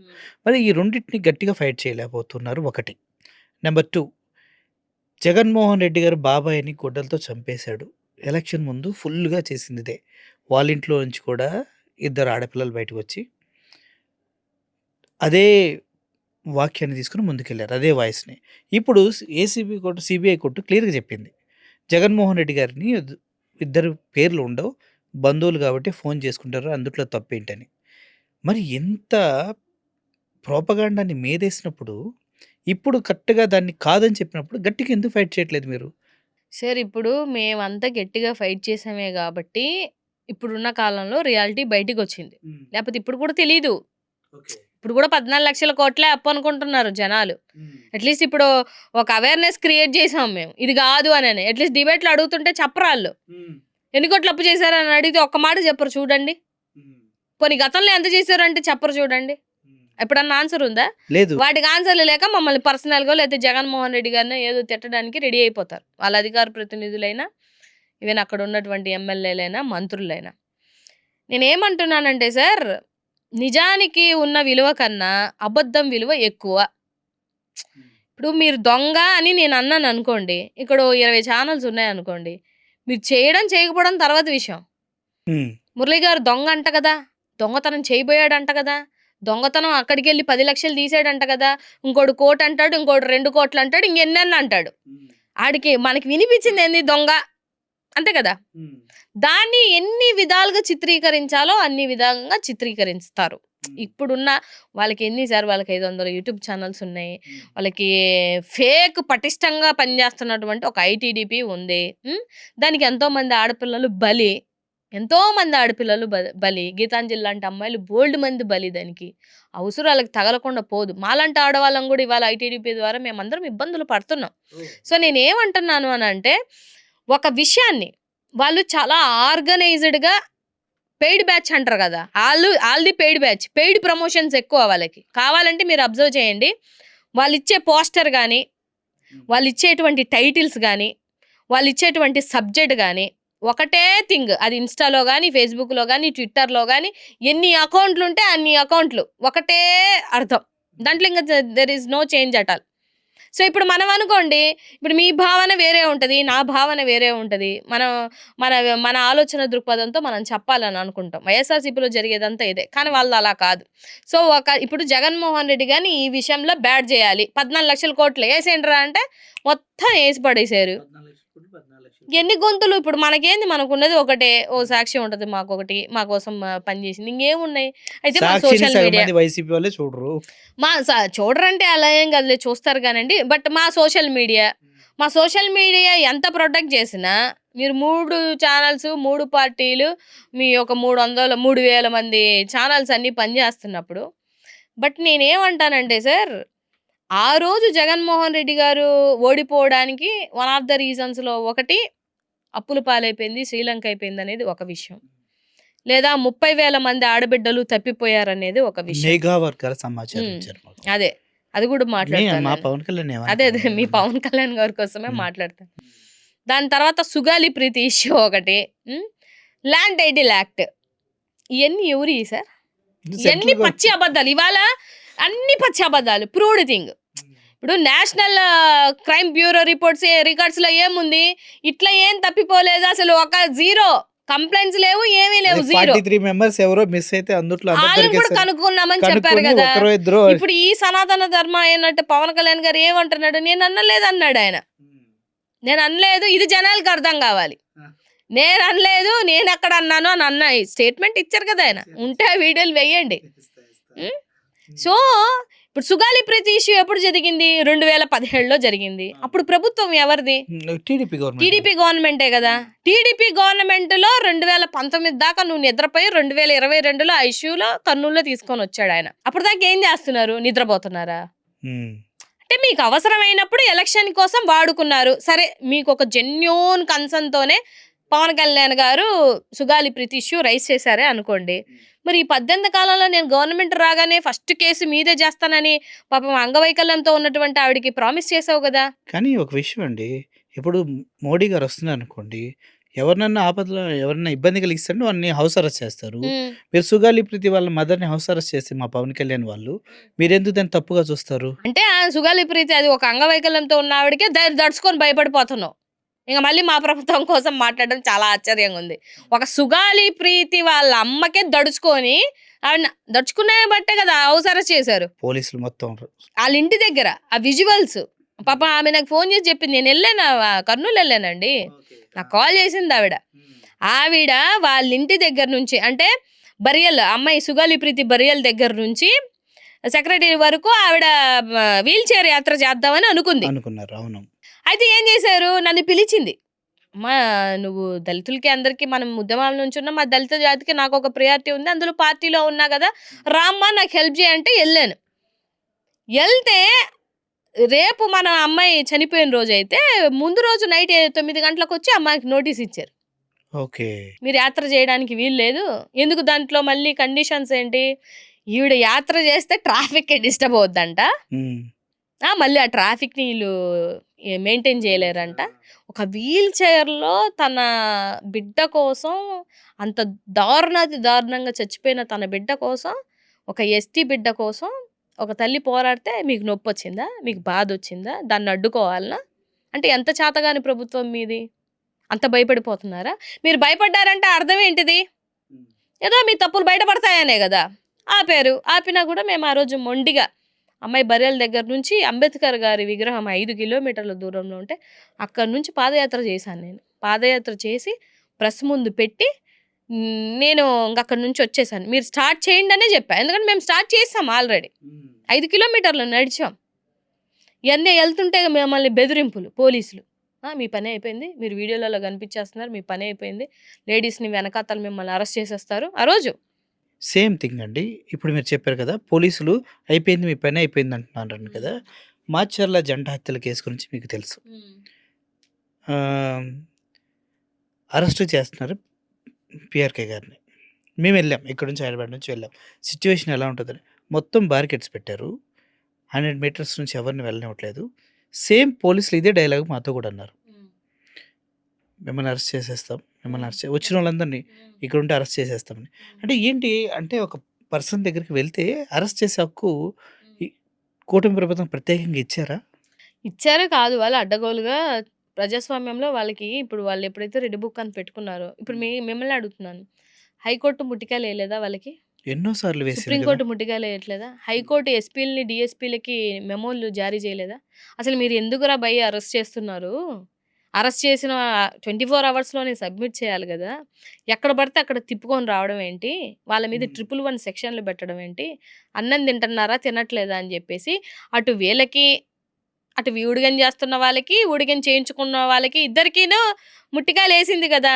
వాళ్ళకి లెక్క జమ ఏమన్నా ఉందా? ఇప్పటికి ఇవాళ స్టిల్ ఇప్పటికి గూడా 111 సెక్షన్‌లు, గంజాయి సెక్షన్‌లు యూనిఫార్మ్ లేకుండా వచ్చేసి అడ్డగోలుగా అరెస్ట్ చేసుకొని ఎళ్ళిపోతున్నారు. దీన్నేమంటారు సార్? అంటే గవాయి గారు ప్రజాస్వామ్యాన్ని మీ చేతిలో తీసుకోవడం అంటారా? రీసెంట్‌గా గవాయి గారు ఇచ్చిన తీర్పుని ఆయన ఇచ్చిన ఈ కొన్ని రూల్స్‌ని కూడా అతిక్రమిస్తున్నారు. ఎవరినైనా అరెస్ట్ చేయాలంటే 14 డేస్ ఇన్వెస్టిగేషన్ చేయాలి. ఎందుకు అరెస్ట్ చేస్తున్నావో చెప్పాలి. ఎవిడెన్స్‌లు ఉంటేనే చేయాలి. ఈ 3 ఏమి లేకుండా ఆంధ్రప్రదేశ్‌లో అరెస్టులు జరుగుతూ ఉన్నాయి. అంతెందుకు కారుమూరి వెంకటరెడ్డి మీ పార్టీ వ్యక్తే. ఈ మార్నింగ్ 7:30కి వచ్చారు. తీసుకెళ్ళి ఈవినింగ్ కోర్ట్‌లో పెట్టారు. పెద్ద పెద్ద స్పోక్స్ పర్సన్స్‌కి ఇటువంటి పరిస్థితి ఉంటే కార్యకర్తలు ఎలా ఉంటారు? అది నేనండి పాయింట్ కూడా నా పాయింట్ అదే. నేనేమంటున్నాను అనంటే మా మా పార్టీలోనే ఒక అబ్బాయి సోషల్ మీడియా అబ్బాయిని అరెస్ట్ చేశారు.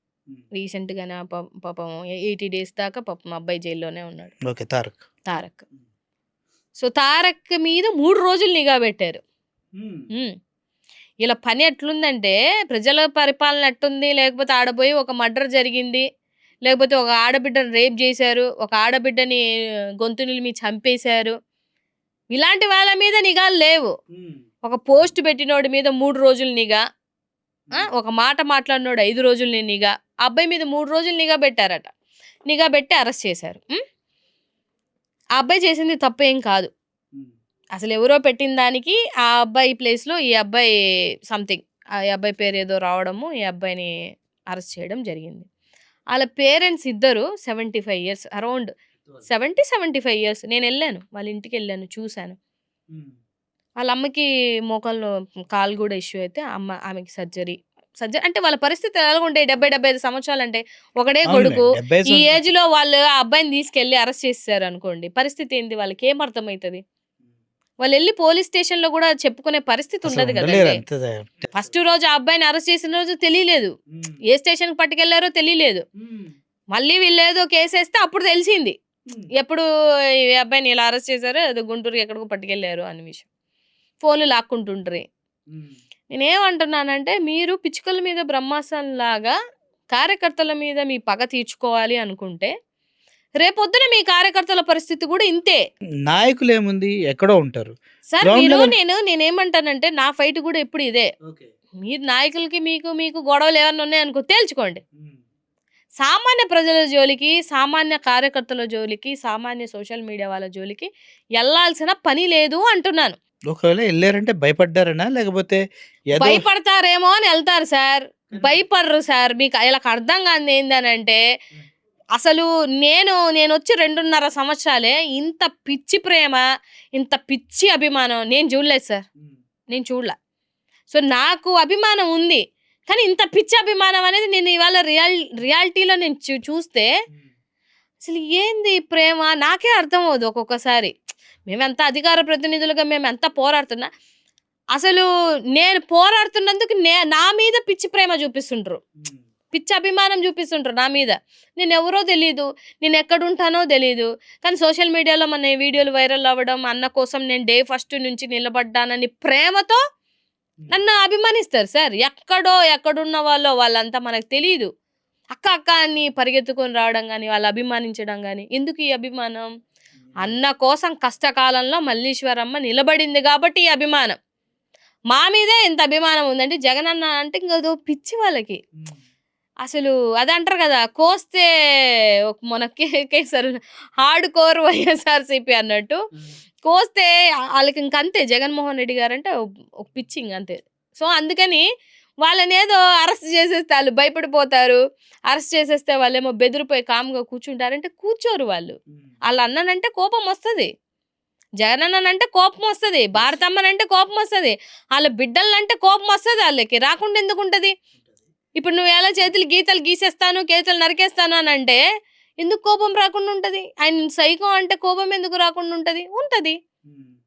సో, నేనేమంటున్నానంటే సార్, ఒకవేళ చాలామంది ఇట్లా మాట్లాడిన వల్ల, లేకపోతే కొంతమంది బూతులు మాట్లాడిన వల్లే మా పరిస్థితి ఇలా ఉంది అని ఒకవేళ మీరు అనుకునుంటే,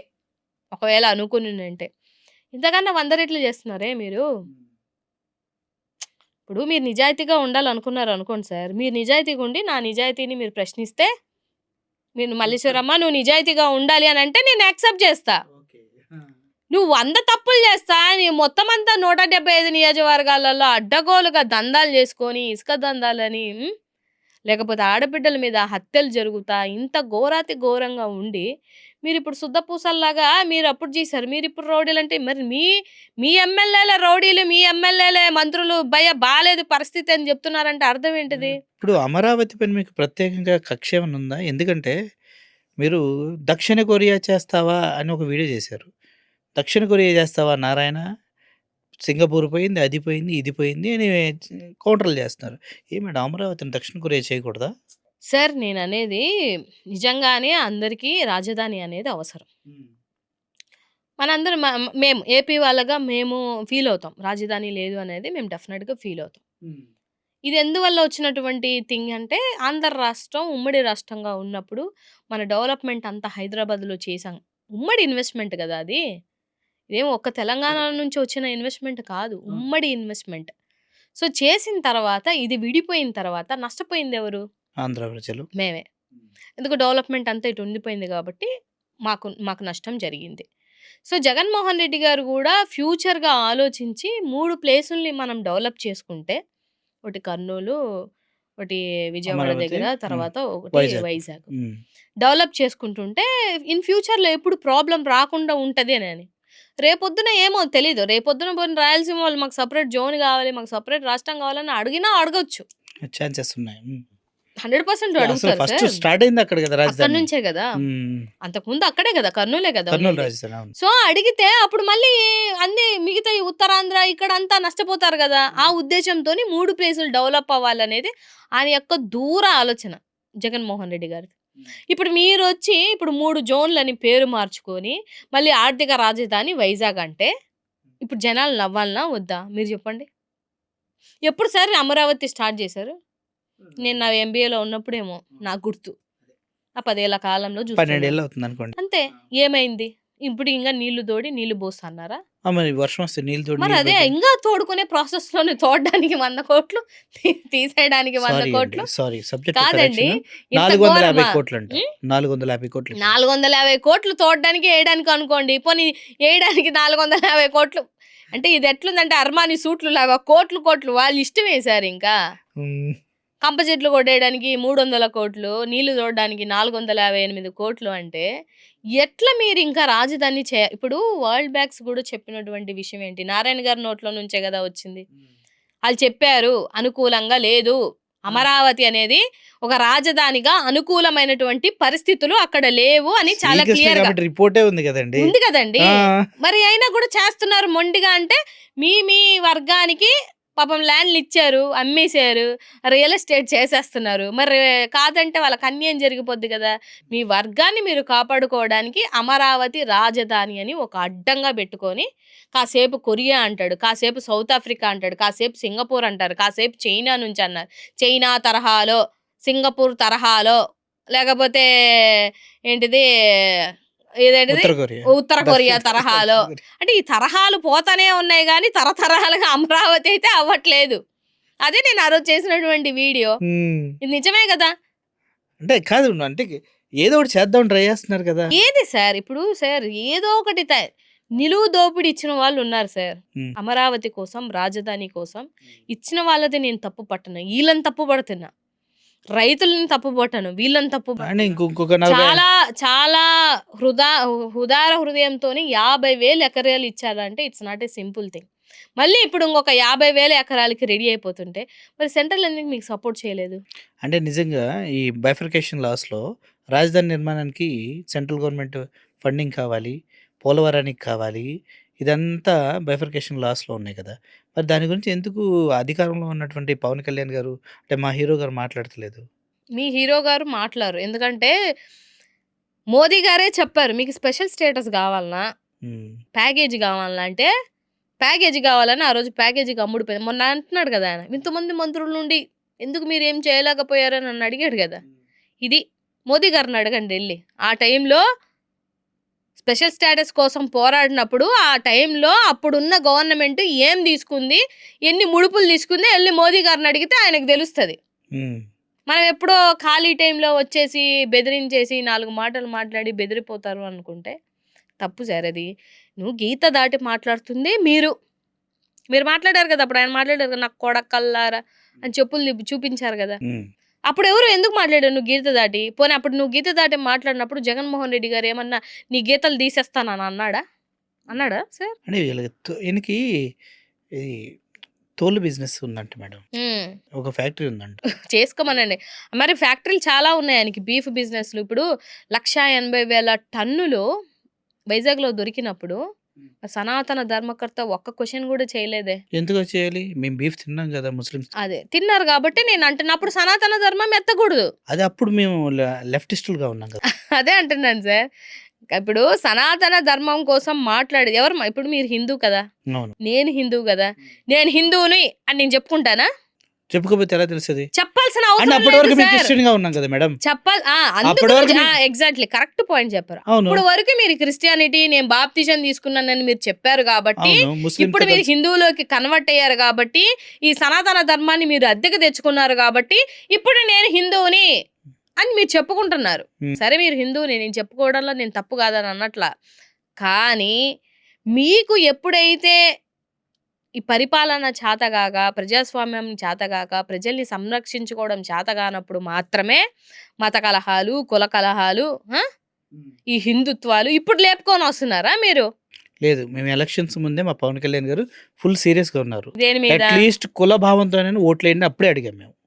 ఇప్పుడు ఆ కులానికే అడుగుతున్నా సార్. నేను ఆ కులానికి ఇంటి కోడల్ని. నేను చేసుకున్న అబ్బాయి కాపు అబ్బాయి, నేను ఆ కాపు ఇంటి కోడలిగా అడుగుతున్నా. మరి ఏ రోజైనా రంగా గారి విగ్రహానికి ఇప్పుడు మేము వైఎస్ఆర్సీపీ సార్, రాజశేఖర్ రెడ్డి గారి జయంతికి, వర్ధంతికి దండలేస్తాం, ప్రోగ్రామ్ చేస్తాం, అఫీషియల్ ప్రోగ్రామ్ చేస్తాం. టీడీపీ వాళ్ళు ఉన్నారు, ఎన్టీ రామారావు గారి వర్ధంతికి, జయంతికి దండలేస్తారు, అఫీషియల్గా ప్రోగ్రామ్ చేస్తారు.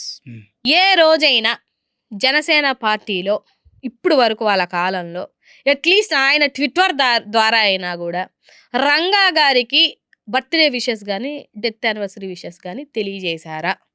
వాళ్ళ పార్టీలో ఇదిగోండి ఇలా చెయ్యండి అని అఫీషియల్ ప్రోగ్రామ్ కదా. ఇప్పుడు నువ్వు రంగా గారి నీ వాడే కదా. అవునవును, రంగా గారి పేరు ఆ వర్గాన్ని, ఆ వర్గం అంటే ఇప్పుడు మా కాపులందరూ ఆయనకు ఓటేసింది ఎందుకు? ఆయనకి ఇచ్చిన ప్రియారిటీని బట్టే కదా. మరి ఎందుకు చేయట్లేదు సార్ ఆయన?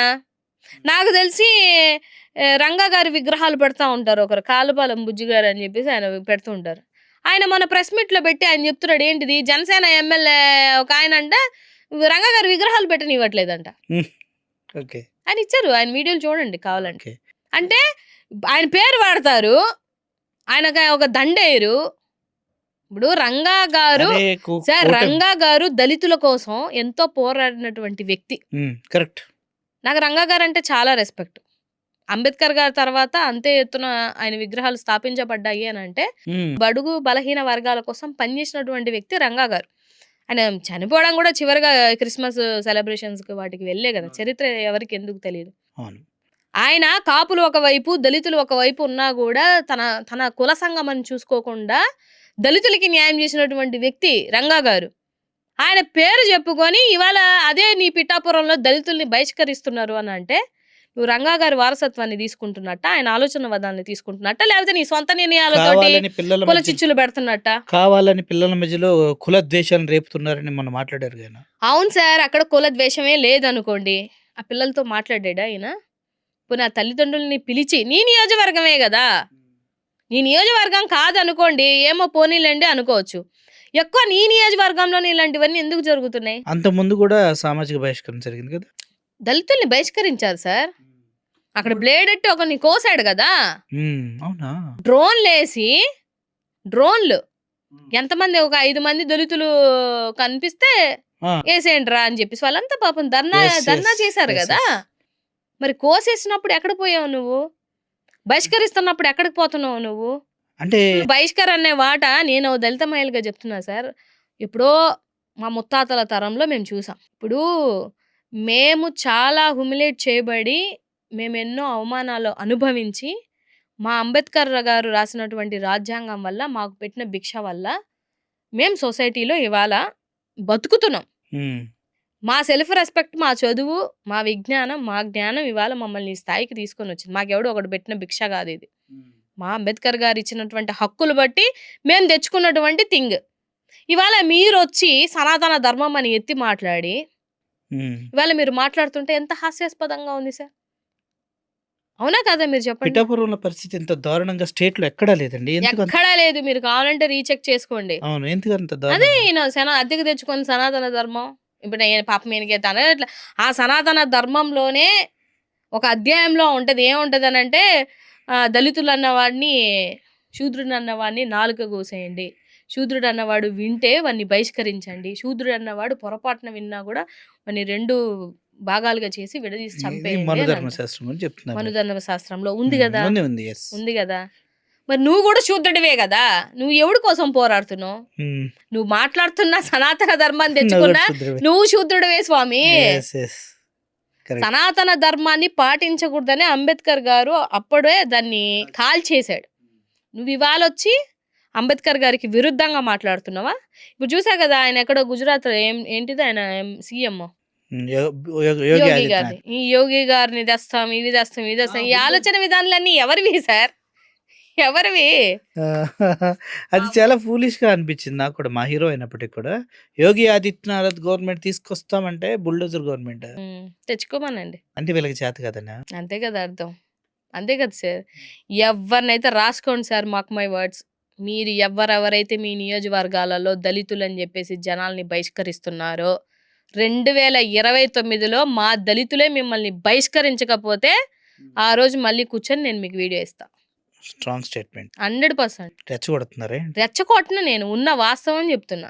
రెచ్చగొడుతుంది మీరు. కులాల మధ్య చిచ్చు పెడుతుంది మీరు.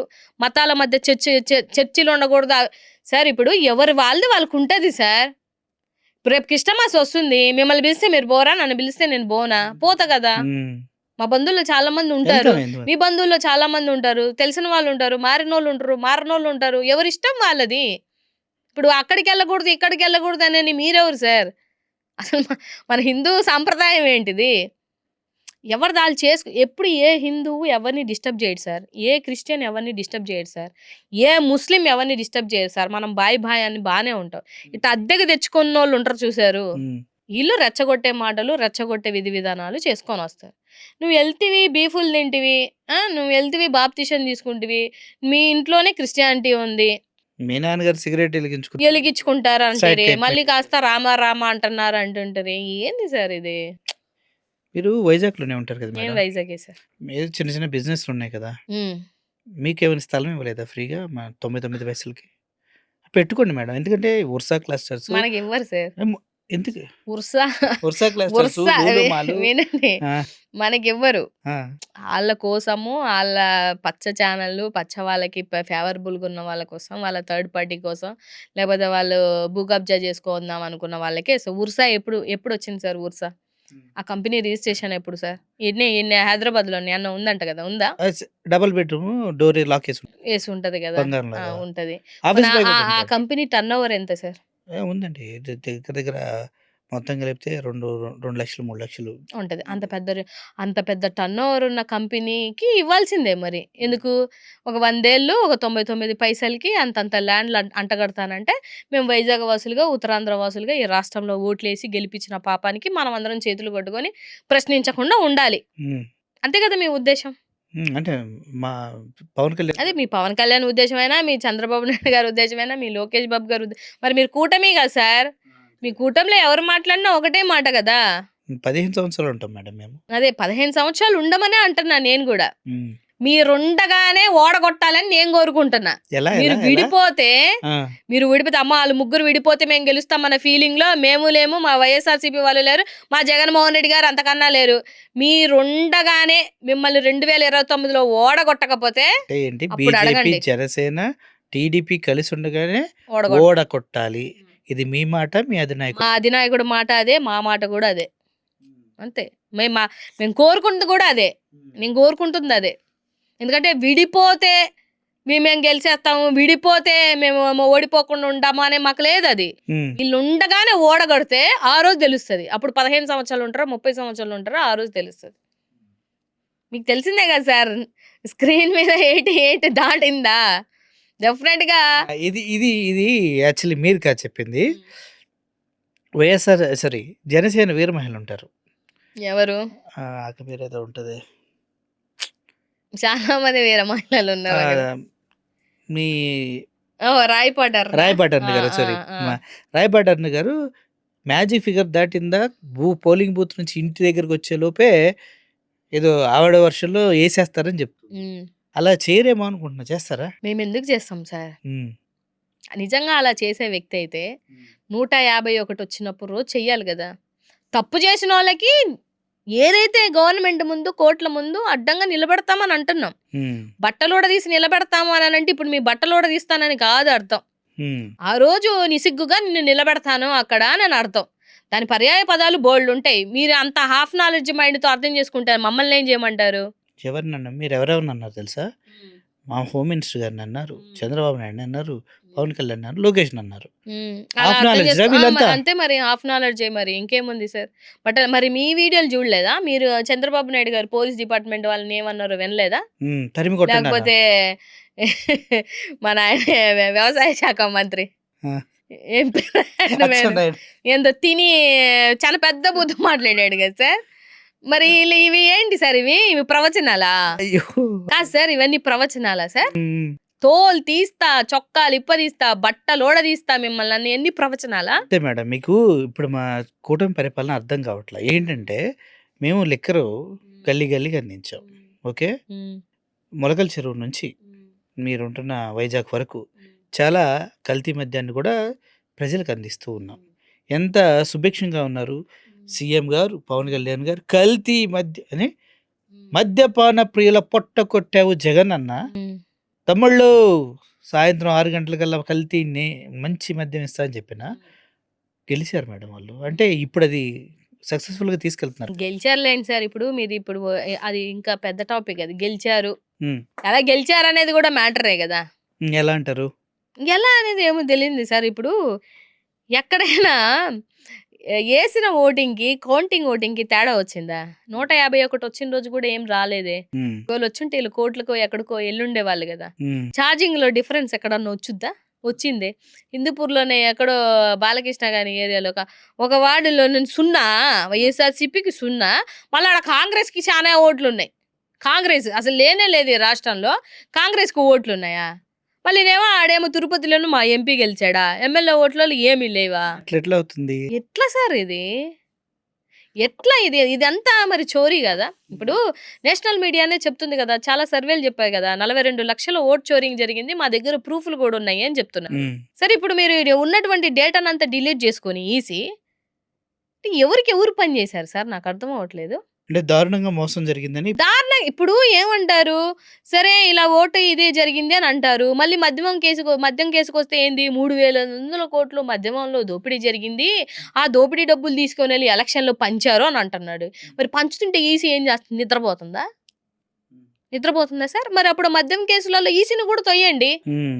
ఈసీ కూడా అక్కడ అవును. మరి వాళ్ళు అప్రూవల్ కదా! మానిటైజ్ ఇప్పుడు మరి మానిటైజ్ చేయాలి కదా! వాళ్ళు ఉండగానే 3,500 కోట్లు చోరీ జరిగినప్పుడు, పంచినప్పుడు ఈసీ నిద్రపోయిందా? హ్మ్. అంటే చూడండి ఇంటర్‌లింక్స్ చెప్తున్నాను నేను. అంటే ఇక్కడే ఇలా మాటలకెళ్ళే డిఫెండ్ చేస్తున్నారు గదా! ఈళ్ళు ఇక్కడే దొరికిపోయారనేది అర్థమవుతుంది గదా! ఇసుక, ఫ్రీ ఇసుక. ఏది సార్ ఫ్రీ ఇసుక? ఎక్కడుంది ఫ్రీ ఇసుక చెప్పండి నాకు? ఆంధ్రప్రదేశ్ మొత్తం చల్లేస్తున్నాం కదా మేడం. ఇదేదో అంటారు కదా సామెత మైసూర్ పాకులో మైసూర్ ఎలా ఉండదో, ఫ్రీ ఇసుకలో ఇసుక ఉండదు. ఫ్రీ మాత్రం ఉంటదా మేడం?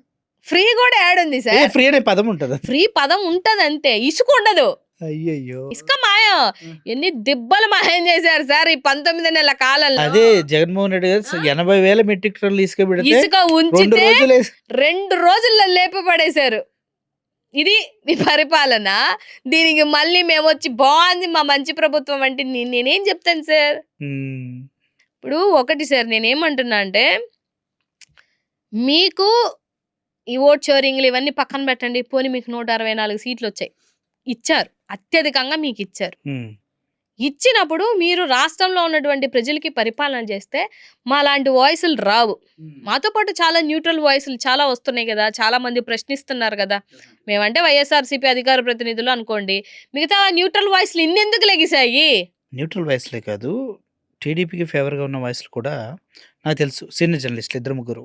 సీనియర్ జర్నలిస్ట్ ఏంటి సార్? వాళ్ళ ఏబిఎన్ ఛానల్, టీవీ5 ఛానల్ అలా ఏబిఎన్ మా పేపర్ వెంకటకృష్ణ చూడరా గారు మీరు? మా వెంకటకృష్ణ గారు కూడా. మీ వెంకటకృష్ణ గారు ఏ ప్యాకేజ్ అంతగా చెప్తాడో, అందితే చెప్తాడో నాకు తెలీదు గానీ, ఆయన చెప్పేయన్నీ నిజాలే. ఆ!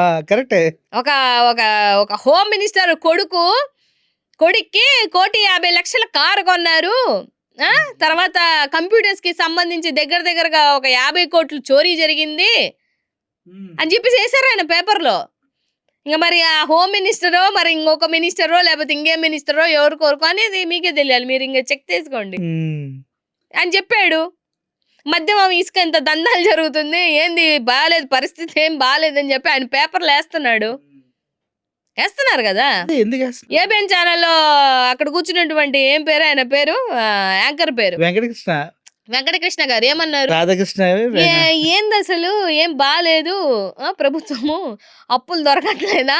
పరిస్థితి ఏం బాలేదు. ఇట్లయితే ఎట్లా? అప్పుడే మీరు 2,70,000 కోట్లు అప్పు చేయడం ఏంది? ఏంది పరిస్థితి? ఏం జరుగుతుంది అసలు రాష్ట్రంలో అని డిబేట్ పెట్టలేదా? పెట్టారు ఆయన పాపం. మీ పచ్చ ఛానల్లే, మీ పచ్చ మీడియాలోనే కోడై కూస్తుంటే ఇంక వైఎస్ఆర్‌సీపీ చెప్పేదేంది సార్? నాకు అర్థం అవ్వదు. కావాలని అన్ని వైఎస్ఆర్‌సీపీయేనా? మీరు ఆడ తుమ్మినా వైఎస్ఆర్‌సీపీయే, మీరు దగ్గినా వైఎస్ఆర్‌సీపీ. అన్ని జగన్మోహన్ రెడ్డి గారేనా కారణం? హ్మ్. ఇప్పటికి కూడా రౌడీయిజం అంటే జగన్మోహన్ రెడ్డినే అంటున్నాడు కదా ఈయన పవన్ కళ్యాణ్. సార్ ఆయన ఆయన ఆయన చాలా స్పిరిచువల్‌గా చాలా ప్రశాంతమైనటువంటి వ్యక్తి. మీరెప్పుడన్నా జగన్మోహన్ రెడ్డి గారిని కలిసారో లేదో నాకు నేను కలవలేదండి నాకంత. బట్ ఆయన వెరీ హంబుల్, వెరీ ప్రశాంతంగా ఉన్నటువంటి వ్యక్తి. ఆ నెగెటివ్ ఎనర్జీ గూడా అసలు ఆ నెగెటివ్ థాట్‌తో గూడా ఒకవేళ మనలో థాట్ ఉన్నా ఆయన దగ్గరికెళ్ళినా అలా అనిపించదు. హ్మ్. నిజంగా సార్ 151 వచ్చి గెలిచిన తర్వాత గూడా ఇవాళ అడ్డగోలుగా మాట్లాడినటువంటి వాళ్ళని మీరెలాగ అరెస్ట్ చేస్తున్నారో, ఆ రోజు ఆయన అరెస్ట్ చేసుండుంటే ఇవాళ హోంమంత్రిగా ఉన్న ఆవిడ ఎక్కడుండాలి? లోకేష్ బాబు గారు ఎక్కడుండాలి? లండన్ అన్ని బూతులు మాట్లాడినోళ్ళంతా ఎక్కడుండాలి? మరి 2 చెప్పులు చూపించి నా కొడకల్లారా అన్న వ్యక్తి ఎక్కడుండాలి? పచ్చి బూతులు మాట్లాడారు గదా మరి. మరి ఆయన అలా చేయలేదే. ఫ్రీడమ్ ఆఫ్ స్పీచ్‌లో ఎవరి స్వేచ్ఛను ఆళ్ళు 19 ప్రకారం మాట్లాడుకుంటారులే అని వదిలేసారు ఆయన. ఇప్పుడు కూడా మీ అందరిని కంట్రోల్ చేస్తున్నాడంటే జగన్మోహన్ రెడ్డి. 100కి 200%. నేను డే ఫస్ట్ అన్నని కలిసినప్పుడు, ఇప్పుడైనా మా అధికార ప్రతినిధులందరికైనా లైన్ ఉంటది సార్. హ్మ్. లైన్ దాటి మాట్లాడాలంటే ఎంతసేపు పని? నేను అసలు లైన్ దాటే మాట్లాడను. అయినా కూడా నాకు కూడా చెప్తారు. హ్మ్. అమ్మా లైన్‌లోనే మాట్లాడండి. మీరు నాకు అవసరం. హ్మ్. పార్టీకి అవసరం మీ వాయిస్‌లు. లైన్‌లోనే మాట్లాడండి అని చెప్తారాయన. ఏదో ఇంక మరి బయటికెళ్ళినాక ఆళ్ళు ఆ జగనన్న అసలు ఏ రోజు ఒక్క స్క్రిప్ట్ రాదు సార్. లైన్ వచ్చుద్ది. దీన్ని ఖండించండి. హ్మ్. అధికార ప్రతినిధులుగా మాకు లైన్ వచ్చుద్ది గదా! ఇష్యూ జరిగింది. దీన్ని ఖండించండి అని అంటారు తప్పితే, ఆళ్ళని తిట్టండి, ఈళ్ళని తిట్టండి అని రాదు. ఒకవేళ మీరలా ఇచ్చుకొని స్క్రిప్ట్ చేస్తున్నారేమో నాకైతే తెలీదు గానీ, మాది అలా పార్టీలో అయితే మాత్రం ఎప్పుడు రాదు సార్. ఏ రోజు అసలు జగన్మోహన్ రెడ్డి గారు అలాంటివి ఎప్పుడు చెప్పరు. అస్సలు పార్టీలో లైన్ దాటితే అసలు ఊరుకోరు. కొన్ని గతంలో జరిగానంటే, గతంలో ఎవరికి అది వాళ్ళేం మా పార్టీలో లేరు. ఫేవరబుల్‌గా మాట్లాడినటువంటి వ్యక్తులు వాళ్ళు. అదే అర్థమైంది. సో, కొంతమంది. సో, మాట్లాడినయి మాకు సంబంధం ఉండదు గదా సార్. ఇప్పుడు మనం ఎట్ట చెప్తాం వాళ్ళకి? ఇప్పుడు జగన్మోహన్ రెడ్డి గారు పేరు చెప్పుకొని ఈ మధ్య బోరుగడ్డ అనిల్ అనే ఒక వ్యక్తి ప్రియ శిష్యుడినని చెప్పడం జరిగింది. ఆ రోజు కరెక్ట్‌గా ఆ వీడియో చూస్తున్నప్పుడు కారుమూరి వెంకటరెడ్డి గారు నా ఎదురుగా ఉన్నారు. "ఏంటన్నా ఇదేంటి?" అని అడిగాను నేను. అన్న అంటాను కారుమూరి రెడ్డి గారిని. అంటే "మన పార్టీ కాదు. మన పార్టీకి సంబంధించిన వ్యక్తి కాదంటే, మరి మాట్లాడుతున్నారుగా మీరేం చేయరా మీ పార్టీ నుంచి" అని నేను అడిగా. "మీరేంటి బోరుగడ్డ అనిల్ అనే వ్యక్తికి మీ పార్టీకి ఏంటి మేడం సంబంధం?" మాకేం సంబంధం లేదని లెటర్ ఇచ్చారు గదా సార్. మీ సాక్షిలో ఇచ్చారు. అది ఇచ్చారు. వాడెవడు ఇవ్వడానికని మళ్ళీ మాట్లాడుతున్నాడు.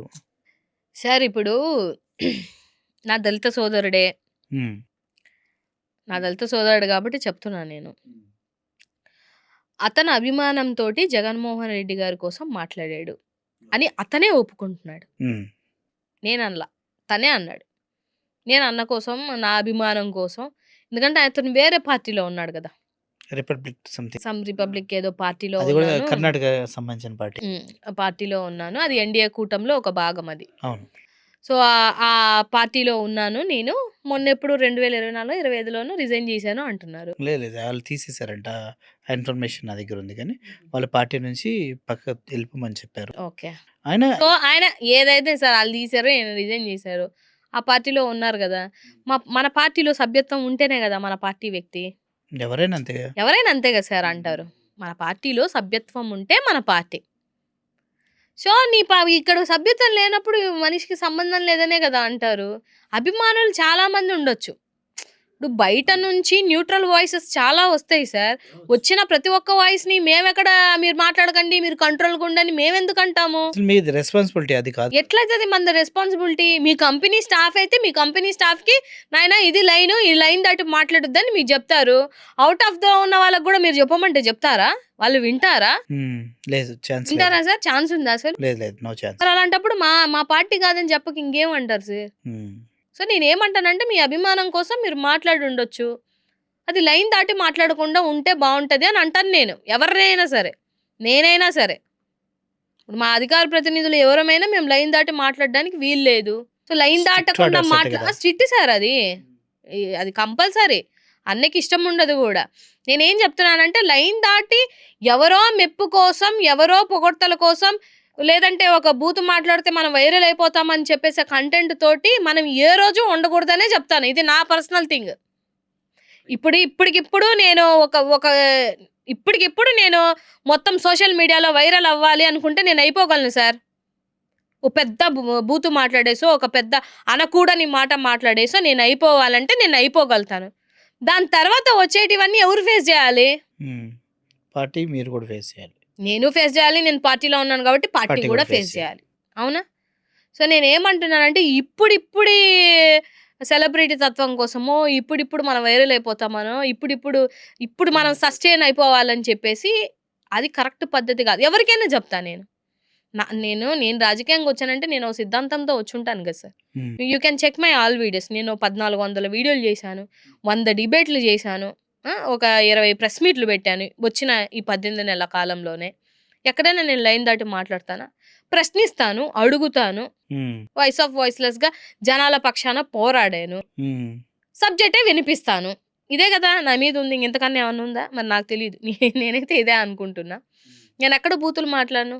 ఎక్కడ ఎవరిని పర్సనల్‌గా అసెస్ చేసి మాట్లాడను. ఎవరి క్యారెక్టర్‌లు అసోసియేషన్ చేసి మాట్లాడలేదు ఇప్పటి వరకు. అయినా కూడా మనం ఇవాళ స్థాయిలో పార్టీ మనకి మంచి విలువిచ్చింది గదా! మంచి పదవులు ఇచ్చింది కదా నాకు. నన్ను గుర్తించారు కదా. జగన్ అన్నే నన్ను అమ్మ శభాష్ అమ్మ బాగా మాట్లాడావు అని అన్నారు కదా. మీరు ఒక దళితురాలిగా మీ వేరే పార్టీలో ఉన్న ఒక దళిత హోమ్ మినిస్టర్ పైన మత్స్యకారులు బాగా బుద్ధి చెప్పారంటూ ఒక వీడియో చేశారు. బల్క్ డ్రగ్ వాళ్ళు. బల్క్ డ్రగ్ ప్రాజెక్ట్ ఉమ్, దగ్గర ఉమ్. ఎందుకు కావాలనే చేశారా? కావాలని నేను చేయడం ఏంటి సార్? అంటే ఇది భలే కాదు, ఉంది. మిమ్మల్ని అంటలేదు నేను. మత్స్యకారులు వాంటెడ్గా ఎవరైనా బ్యాక్ ఫోర్స్ చేశారా? బ్యాక్ ఫోర్స్ ని ఎందుకు చేస్తారు సార్? ఉమ్. గంగపుత్రులు అంటే వాళ్ళకి హోమ్ ఒక మినిస్టర్ రోడ్డు మీద కాదండి. గంగపుత్రులు ఎప్పుడు ఎవరి మీద ఒకరి వాళ్ళని ఏదో కావాలని చేద్దాం ఈ థాట్ ప్రాసెస్ లో ఉండరు వాళ్ళు. వాళ్ళు పొద్దున్న లేస్తారు, మంచిగా తింటారు, వెళ్తారు, వేటకెళ్తారు, తెచ్చుకుంటారు, హ్యాపీగా బతికే కుటుంబాలు వాళ్ళవి. నువ్వు గతంలో అక్కడికి వెళ్ళిపోయి నేను ఆదరిస్తా, నేను ఇది చేస్తా, అది చేస్తా లేనిపోని కబుర్లు చెప్పి నిన్ను హోంమంత్రి అయినా కూడా నీ సొంత నియోజకవర్గంలోనే ఇంచు కూడా కదలకుండా నిన్ను నిలబెట్టారు అని అంటే అర్థం ఏంటిది? పాపం బతిమలు ఆడుకున్నారు చివరికి ఆవిడ. ఎంత బతిలన్నా కూడా 2 గంటలు ఒక హోంమంత్రిని ఆమె సొంత నియోజకవర్గంలో నిలబెట్టారు అని అంటే అర్థమైంది సార్. వ్యతిరేకత ఆ రేంజ్ లో ఉందనా? అంతే కదా. సింపుల్. దానికి నేను మీరు వీడియో చేశారు కదా అని నన్ను అడగబల్లా, లేకపోతే మత్స్యకారులు నిలబెట్టారు కదా ఎందుకని అడగబల్లా. వాళ్ళకి అన్యాయం జరుగుతుంది, వాళ్ళకి లాస్ జరుగుతుంది ఆ కంపెనీ వల్ల. వాళ్ళు డిఫెండ్ చేసుకోవాలనుకున్నారు, వచ్చారు, అడిగారు. నువ్వు ఎప్పుడు వాళ్ళతో కూర్చొని మాట్లాడిన తర్వాత నువ్వు నోటిఫికేషన్లు అన్నా వేసుకోవాలా, జీవోలు అన్నా జారీలు చేసుకోవాలా. అంతే కదండి. వన్స్ నువ్వు వేసిన తర్వాత నేను కూర్చుంటాను, నేను మాట్లాడతాను అని అంటే ఎందుకు ఆగుతారు?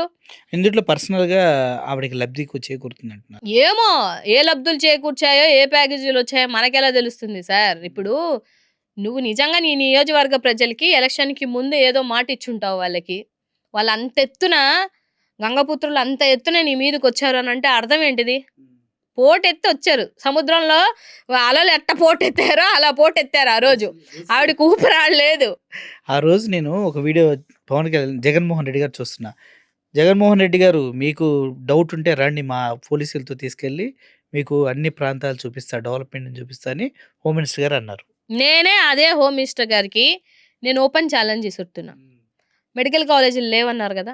విజయనగరంలో ఉన్నటువంటి మెడికల్ కాలేజీ, ఆల్రెడీ అడ్మిషన్స్ అవుతున్నటువంటి మెడికల్ కాలేజీ, ఎగ్జామ్స్ రాస్తున్న మెడికల్ కాలేజీలు ఉన్నాయి. నాతో రమ్మనండి. ఉమ్. పీపీపీ ప్రెజెంటేషన్లు, ఉత్తపత్తి ప్రెజెంటేషన్స్ వద్దు. ఓకే.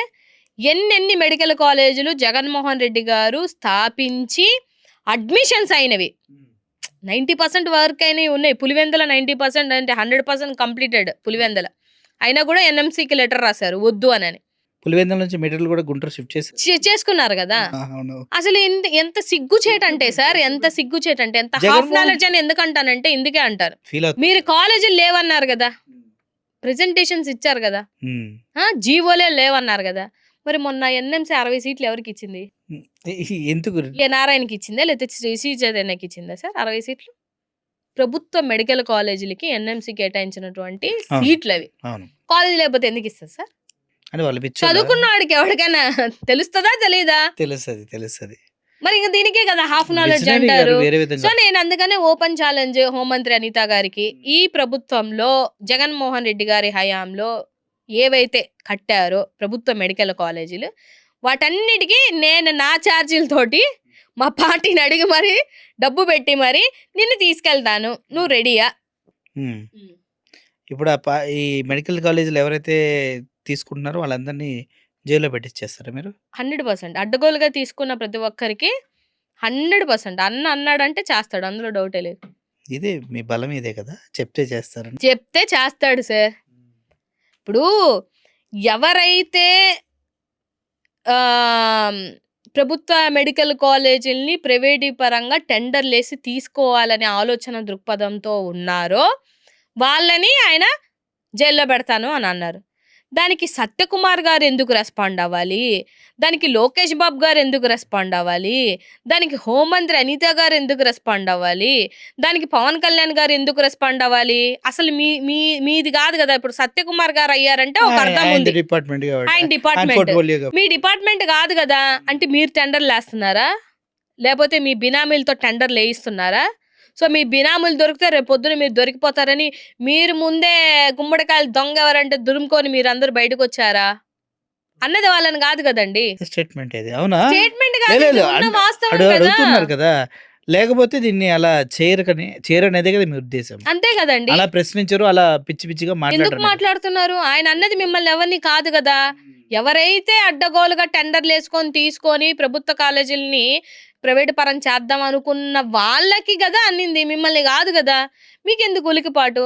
అంటే మీలల్లో ఎవరో టెండర్‌లేస్తున్నారు. మీ బినామీలతో టెండర్‌లేయిస్తున్నారు. ఇది ప్రజలకు అర్థమైతే చాలు. ఓకే. మొత్తానికి మీతో మాట్లాడతాం. ఎలా మేడం ఫస్ట్ నుంచి లాస్ట్ వరకు ఒకే బేస్ ఎలా మెయింటైన్ చేస్తున్నారు వాయిస్‌లో? నేను అప్పుడప్పుడు మాట్లాడినప్పుడే కొద్దిగా తడబడుతుంది వాయిస్.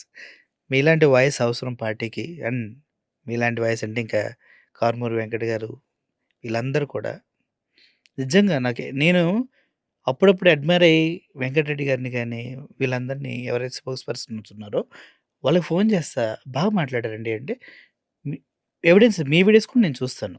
నేను రెగ్యులర్‌గా చూస్తా ఉంటా.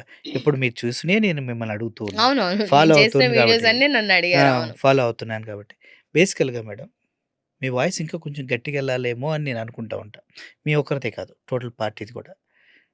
అలా ముందుకు వెళ్ళాలని నిజంగా రాబోయే రోజుల్లో మీరు ఏదనుకున్నా ప్రజలకు మంచి చేసే తత్వం ఉన్న వాళ్ళే నాకు ఇటువైపు కనిపిస్తూ ఉన్నారు. నేను అందుకే కొంచెం ఎడ్జ్ తీసుకుంటా. పాజిటివ్ సైడ్ ఎడ్జ్ తీసుకుంటా ఉంటా. మా మీద కూడా కేసులేసారు. మీకు తెలీదేమో గానీ. సో, అంటే ఏది సార్ డే ఫస్ట్ పార్టీ ఓడిపోయినప్పుడు సిట్యుయేషన్ ఎలా ఉన్నిందంటే చాలా భయంకరంగా ఉన్నింది. అంటే కింద లోపల కార్యకర్తల పొజిషన్ ఎట్లున్నిందంటే ఇళ్ళ మీదెళ్లి దాడులు జేయడం, కడుపుతో ఉన్న ఆడబిడ్డల్ని గూడా చూడకుండా కొట్టడం, కడుపుతో ఉన్న కార్పొరేటర్‌లని గూడా పరిగెత్తించడం, తర్వాత ఎంపీపీలని, ఎక్స్ చైర్మన్‌లని రజనీ గారి మీద అడ్డగోలుగా పోలీసులు ఎళ్ళిపోయి దౌర్జన్యాలు జేయడం, మోకాళ్ళ మీద నిలబెట్టి దండాలు పెట్టించడం, ఆడవాళ్ళని చూడకుండా బట్టలిప్పడం, నరికి చంపేయడం. పల్నాడులో రసీద్‌ని అబ్బాయి ఆ బ్రదర్‌ని చంపేశారు. అవును. పల్నాడులో ఎలక్షన్ టైమ్‌లోనే ఇట్లా తరిమి కొట్టారు. ఇట్లాంటి క్రిటికల్ టైమ్‌లో ఆ 2 నెలలు ఎట్లుండిందంటే సార్ ఒక రకంగా నరకమే అని జెప్పండి. ఎందుకంటే అంత ఘోరంగా ఈళ్ళు రెడ్ బుక్ అని పెట్టుకొని ఇష్టం వచ్చినట్టు చాలా మంది ఊర్లు వదిలిపెట్టి ఎళ్ళిపోయారు. మొన్నెవరో గూడా పాపం ఊరు నుంచి వచ్చి వాళ్ళ వాళ్ళ ఇదేంటి హరాస్మెంట్‌కి భరించలేక సూసైడ్ మీకో చేసుకొని విషయం చచ్చిపోయినోళ్ళు. చెప్పమంటారా? ఈ బిల్డింగ్ ఉంది గదా! ఈ బిల్డింగ్ పక్కన బిల్డింగ్‌లో ఒక సెక్యూరిటీ గార్డ్ ఉంటారు. అతను కూడా కాకినాడ నుంచి పారిపోయి వచ్చి ఇక్కడ బ్రతుకుతున్నాను అని చెప్తున్నాడు. అట్లా నేను షాక్ కోకొల్లలు అయ్యానండి. సార్. అట్లా కోకొల్లలు. మ్యాగే ఇప్పుడు మనం అధికార ప్రతినిధులమే. కానీ మన వాయిస్ ఇనిపిస్తుంటే మా అంటే వాళ్ళ వాయిస్‌ని మేమెప్పుడన్నా జగనన్నకి చెప్తామేమో అని మాకు చాలా మంది మెసేజ్‌లు పెడుతుంటారు. చాలా మంది సోషల్ మీడియా వాళ్ళు గాని అందరూ. వాళ్ళందరంటే రియల్ ప్యూర్ అభిమానంతో అన్న కోసం పనిజేసిన వాళ్ళు. సో, ఆ టైంలో వాయిస్‌లు ఎత్తితేనే కేసులు పెట్టేసి, ఎత్తితేనే ఇప్పుడు ఒక మాట మాట్లాడితే 11, 14, 15 కేసులు. అంతే. ఒక స్టేషన్ అట్లాంటి కాదు మళ్ళీ. పరిస్థితిలో నంబర్ ఆఫ్ స్టేషన్స్‌లో నంబర్ ఆఫ్ పర్సన్స్. ఎక్కడెక్కడో పెడతారు. ఇక్కడున్నోళ్ళని వైజాగోళ్ళని కర్నూలు, గుంటూరోళ్ళని ఇటుపక్క నెల్లూరు. ఇట్లా అడ్డగోలుగా అరెస్ట్ చేసుకొని పోతున్న టైంలో చాలా ధైర్యంతోటి ఆడబిడ్డనైనా, నేనైనా నేను డే ఫస్ట్ నుంచి ఇప్పటి వరకు ఎప్పుడు ఆపలేదు సార్. సో, మీరన్నారు గదా! ఇంకొంచెం గట్టిగా వాయిస్ అని. ఈ 20 నెలల కాలం దాటిన తర్వాత డెఫినెట్‌గా ఇంకొక బేస్ పెంచే మా వాయిస్‌లు వెళ్తాయి. గ్రౌండ్ లెవెల్‌కెళ్ళాలండి. మావన్నీ గ్రౌండ్ లెవెల్‌కెళ్ళాయి సార్. నేనొక మాట చెప్తున్నాను చూడండి. నిజంగా జగన్మోహన్ రెడ్డి గారు డే ఫస్ట్ నుంచి రాష్ట్రంలో లేకపోయినుంటే, ఇప్పటికి సగం మంది కార్యకర్తలని లేపేద్దురు. సగం మంది కార్యకర్తలు ఊరు వదిలిపెట్టి ఎళ్ళిపోదురు. సగం మంది కార్యకర్తలు నిండా జైళ్ళల్లో ఉండేవాళ్ళు. Yes. Only because of Jaganmohan Reddy గారు ఆయన ఉండబట్టి డే ఫస్ట్ నుంచి కింద ఉన్న క్యాడర్‌ని మొత్తం ఆయన అన్నీ మళ్ళీ రీస్టార్ట్ చేసినట్టే గదండీ! మళ్ళీ జీరో మళ్ళీ నుంచి వచ్చినట్టే రీస్టార్ట్ కదా! చేసుకొని ఒక ఉద్యమం వల్లే మొన్న మెడికల్ కాలేజ్ ఉద్యమం వీళ్ళు ఎన్నన్నా చెప్పుకోనివ్వండి. అది సక్సెస్ అయినటువంటి ఒక సూపర్ ఉద్యమం. సక్సెస్ అండి అది. అది పక్క పార్టీ వాళ్ళే చెప్తున్నటువంటి విషయం. ఓకే. అది సూపర్ సక్సెస్ అయినటువంటి ఒక ఉద్యమాన్ని 18 నెలల కాలంలో 175 నియోజకవర్గాలలో మళ్ళీ లేపడం అనేది ఎంత కష్టం సార్ మీరు చెప్పండి. ఏంటి మీకున్న టైం కూడా చాలా తక్కువ. నాకు తెలిసి 1 మంత్‌లో జరిగింది 2 అంతే. మంత్సే సార్. జస్ట్ 2 మంత్స్ అనౌన్స్ 2 చేసినారు. మంత్స్‌కే మేము అన్న నోట్ల నుంచి వచ్చిన తర్వాత మళ్ళీ రచ్చబండ కార్యక్రమాలు, అన్ని చోట్ల సంతకాలు పెట్టించడం, కోటి సంతకాల పైన మించి వచ్చాయి కదా! సో, అది 2 నెలల్లో చేయడం అనేది అంత ఈజీ గాదు. ఆ ప్రాసెస్ అంతా. సో, కింద గ్రౌండ్ లెవెల్ అంతా మళ్ళీ అలర్ట్ చేసాడు. ఇప్పటికిప్పుడు ఎలక్షన్ పెట్టమనండి. ఇప్పటికిప్పుడు ఎలక్షన్ పెట్టమనండి, ఓపెన్ ఛాలెంజ్. ఎందుకు మేము నెగ్గకపోతే మళ్ళీ ఆ రోజు మళ్ళీ నేను కూర్చుంటాను ఇంటర్వ్యూలో. అలాంటి పరిస్థితి ఎవరు తీసుకొచ్చారు? మళ్ళీ ఈవీఎంలు వస్తాయి మేడం. ఏమన్నా రాని ఈసారి ఈవీఎం కాదు, ఇంకా ఏమన్నా తెచ్చుకోనివ్వండి. ఈసారి ఏమన్నా కానివ్వండి. జగన్మోహన్ రెడ్డి గారి బర్త్డే ఆయన గవర్నమెంట్ లో ఉన్నప్పుడు కూడా ఇలా జరగల. ఇప్పుడు హైదరాబాద్ ఎందుకు అలా జరిగింది అని అంటే, ఎందుకని? రెట్టింపు ఉత్సాహంతో ఉన్నారు జనాలు.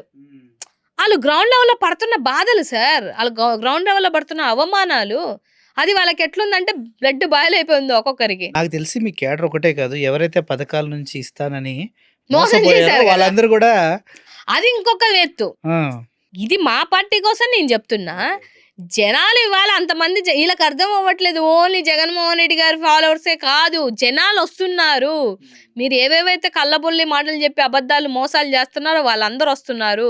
ఇవాళ మీ టీడీపీలో ఉన్నటువంటి మహిళలే ఇదిగో మా ఈ టీడీపీ మంత్రులు మమ్మల్ని ఇలాగ అడుగుతున్నారు, పడుకోమని అడుగుతున్నారు అని చెప్పేసి బయటకు వచ్చి దారుణం. చాలా మాట్లాడుతున్నారు. మంది వచ్చారు. మీ టీడీపీలో ఉన్నటువంటి మీ హార్డ్ కోర్ కార్యకర్తలు, ఇక్కడ నిన్న హిందూపూర్లోనే ఎక్కడో చూశాను, ప్లకార్డ్ పట్టుకొని కూర్చున్నాడు. అతను ఏమంటున్నాడు, నేను 20 సంవత్సరాల నుంచి పార్టీలో ఉన్నాను, ఇక్కడ ఇంత భూదంద జరుగుతుంది, మాట్లాడుతున్నాడు మద్యమం కదా. జరుగుతుంది అని చెప్పి మాట్లాడారు కదా. చిలకలూరుపేట మురళీ చౌదరి ల్యాండ్ కూడా సొంత పార్టీ వాళ్ళే లాగేసుకున్నారు కదా పాప. సో ఇప్పుడు వాళ్ళ ఎమ్మెల్యేలు సార్, వాళ్ళు ఒక రిపోర్ట్ పెట్టుకున్నారు సార్. చంద్రబాబు నాయుడు గారు ఒక రిపోర్ట్ ఇచ్చారు.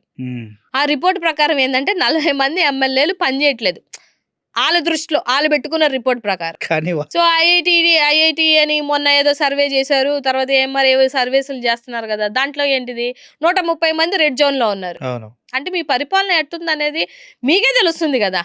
మీరే చేసుకుంటున్నారు కదా సార్. వాళ్ళే సర్వే చేయించుకుంటే 40 మంది, అది కూడా 40 మంది కొత్త వాళ్ళంట. ఆ కొత్త వాళ్ళకంట మళ్ళీనేమో ఎంబీఏ స్టూడెంట్లను పెట్టి అంట వాళ్ళకి అడ్మినిస్ట్రేషన్ అంటే ఏంటో నేర్పిస్తారంట.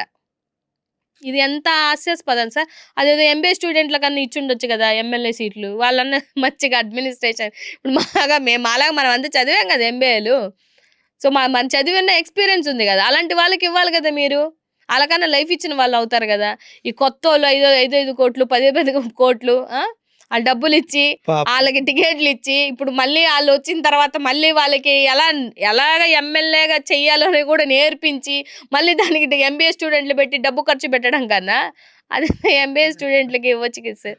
మీరు చాలా ఇన్సల్ట్ చేస్తాను. నేను ఇన్సల్ట్ కాదు సార్, అది ఉన్న వాళ్ళ పచ్చ పేపర్లో వచ్చిందే నేను చెప్తున్నాను. నేను ఇన్సల్ట్ చేయడం ఏంటి సార్. సో మేడం, మీరు ముందుకు వెళ్ళాలని కోరుకుంటున్నా. పార్టీకి ఇలాంటి వాయిస్ చాలా అవసరం. ఇక్కడ స్టూడియోకి వచ్చినందుకు స్పెషల్ థ్యాంక్స్. అండ్ మళ్ళీ ఎప్పుడైనా వస్తే ఇంకోసారి విజిట్ చేయండి. డెఫినెట్గా అండి, మీరు మమ్మల్ని ఇలా గుర్తించి పిలిచి సో ఒక ఇంటర్వ్యూ లాగే ఏం లేదు, చిట్ చాట్ లాగే ఉంది. నాకు కూడా హ్యాపీ అనిపించింది. డెఫినెట్గా మీ ఇలాంటి వాళ్ళ సపోర్ట్ కూడా మాకు ఉండాలి. నేను ఎందుకంటే భయపడ్డాను. జనాలు వాయిస్ మనం అనుకుంటుంది కూడా ఓన్లీ డిబేట్స్ ఇదే కాదు కదా. సో ఒక ఎక్స్ప్లెనేషన్ ఉండాలి, వాళ్ళకి ఒక అవేర్నెస్ ఇవ్వాలి. త్రూ మీ లాంటి ఛానల్స్ ద్వారా వాళ్ళకి అవేర్నెస్ రావడం అనేది నాకు కూడా చాలా happy. Thank you so much అండి. Thank you. Air hostess pilot కావాలి అన్నదే మీ కల అయితే aero falcons aviation academy admissions కోసం డిస్ప్లేలో కనిపిస్తున్న నంబర్స్ కి కాంటాక్ట్ చేయండి.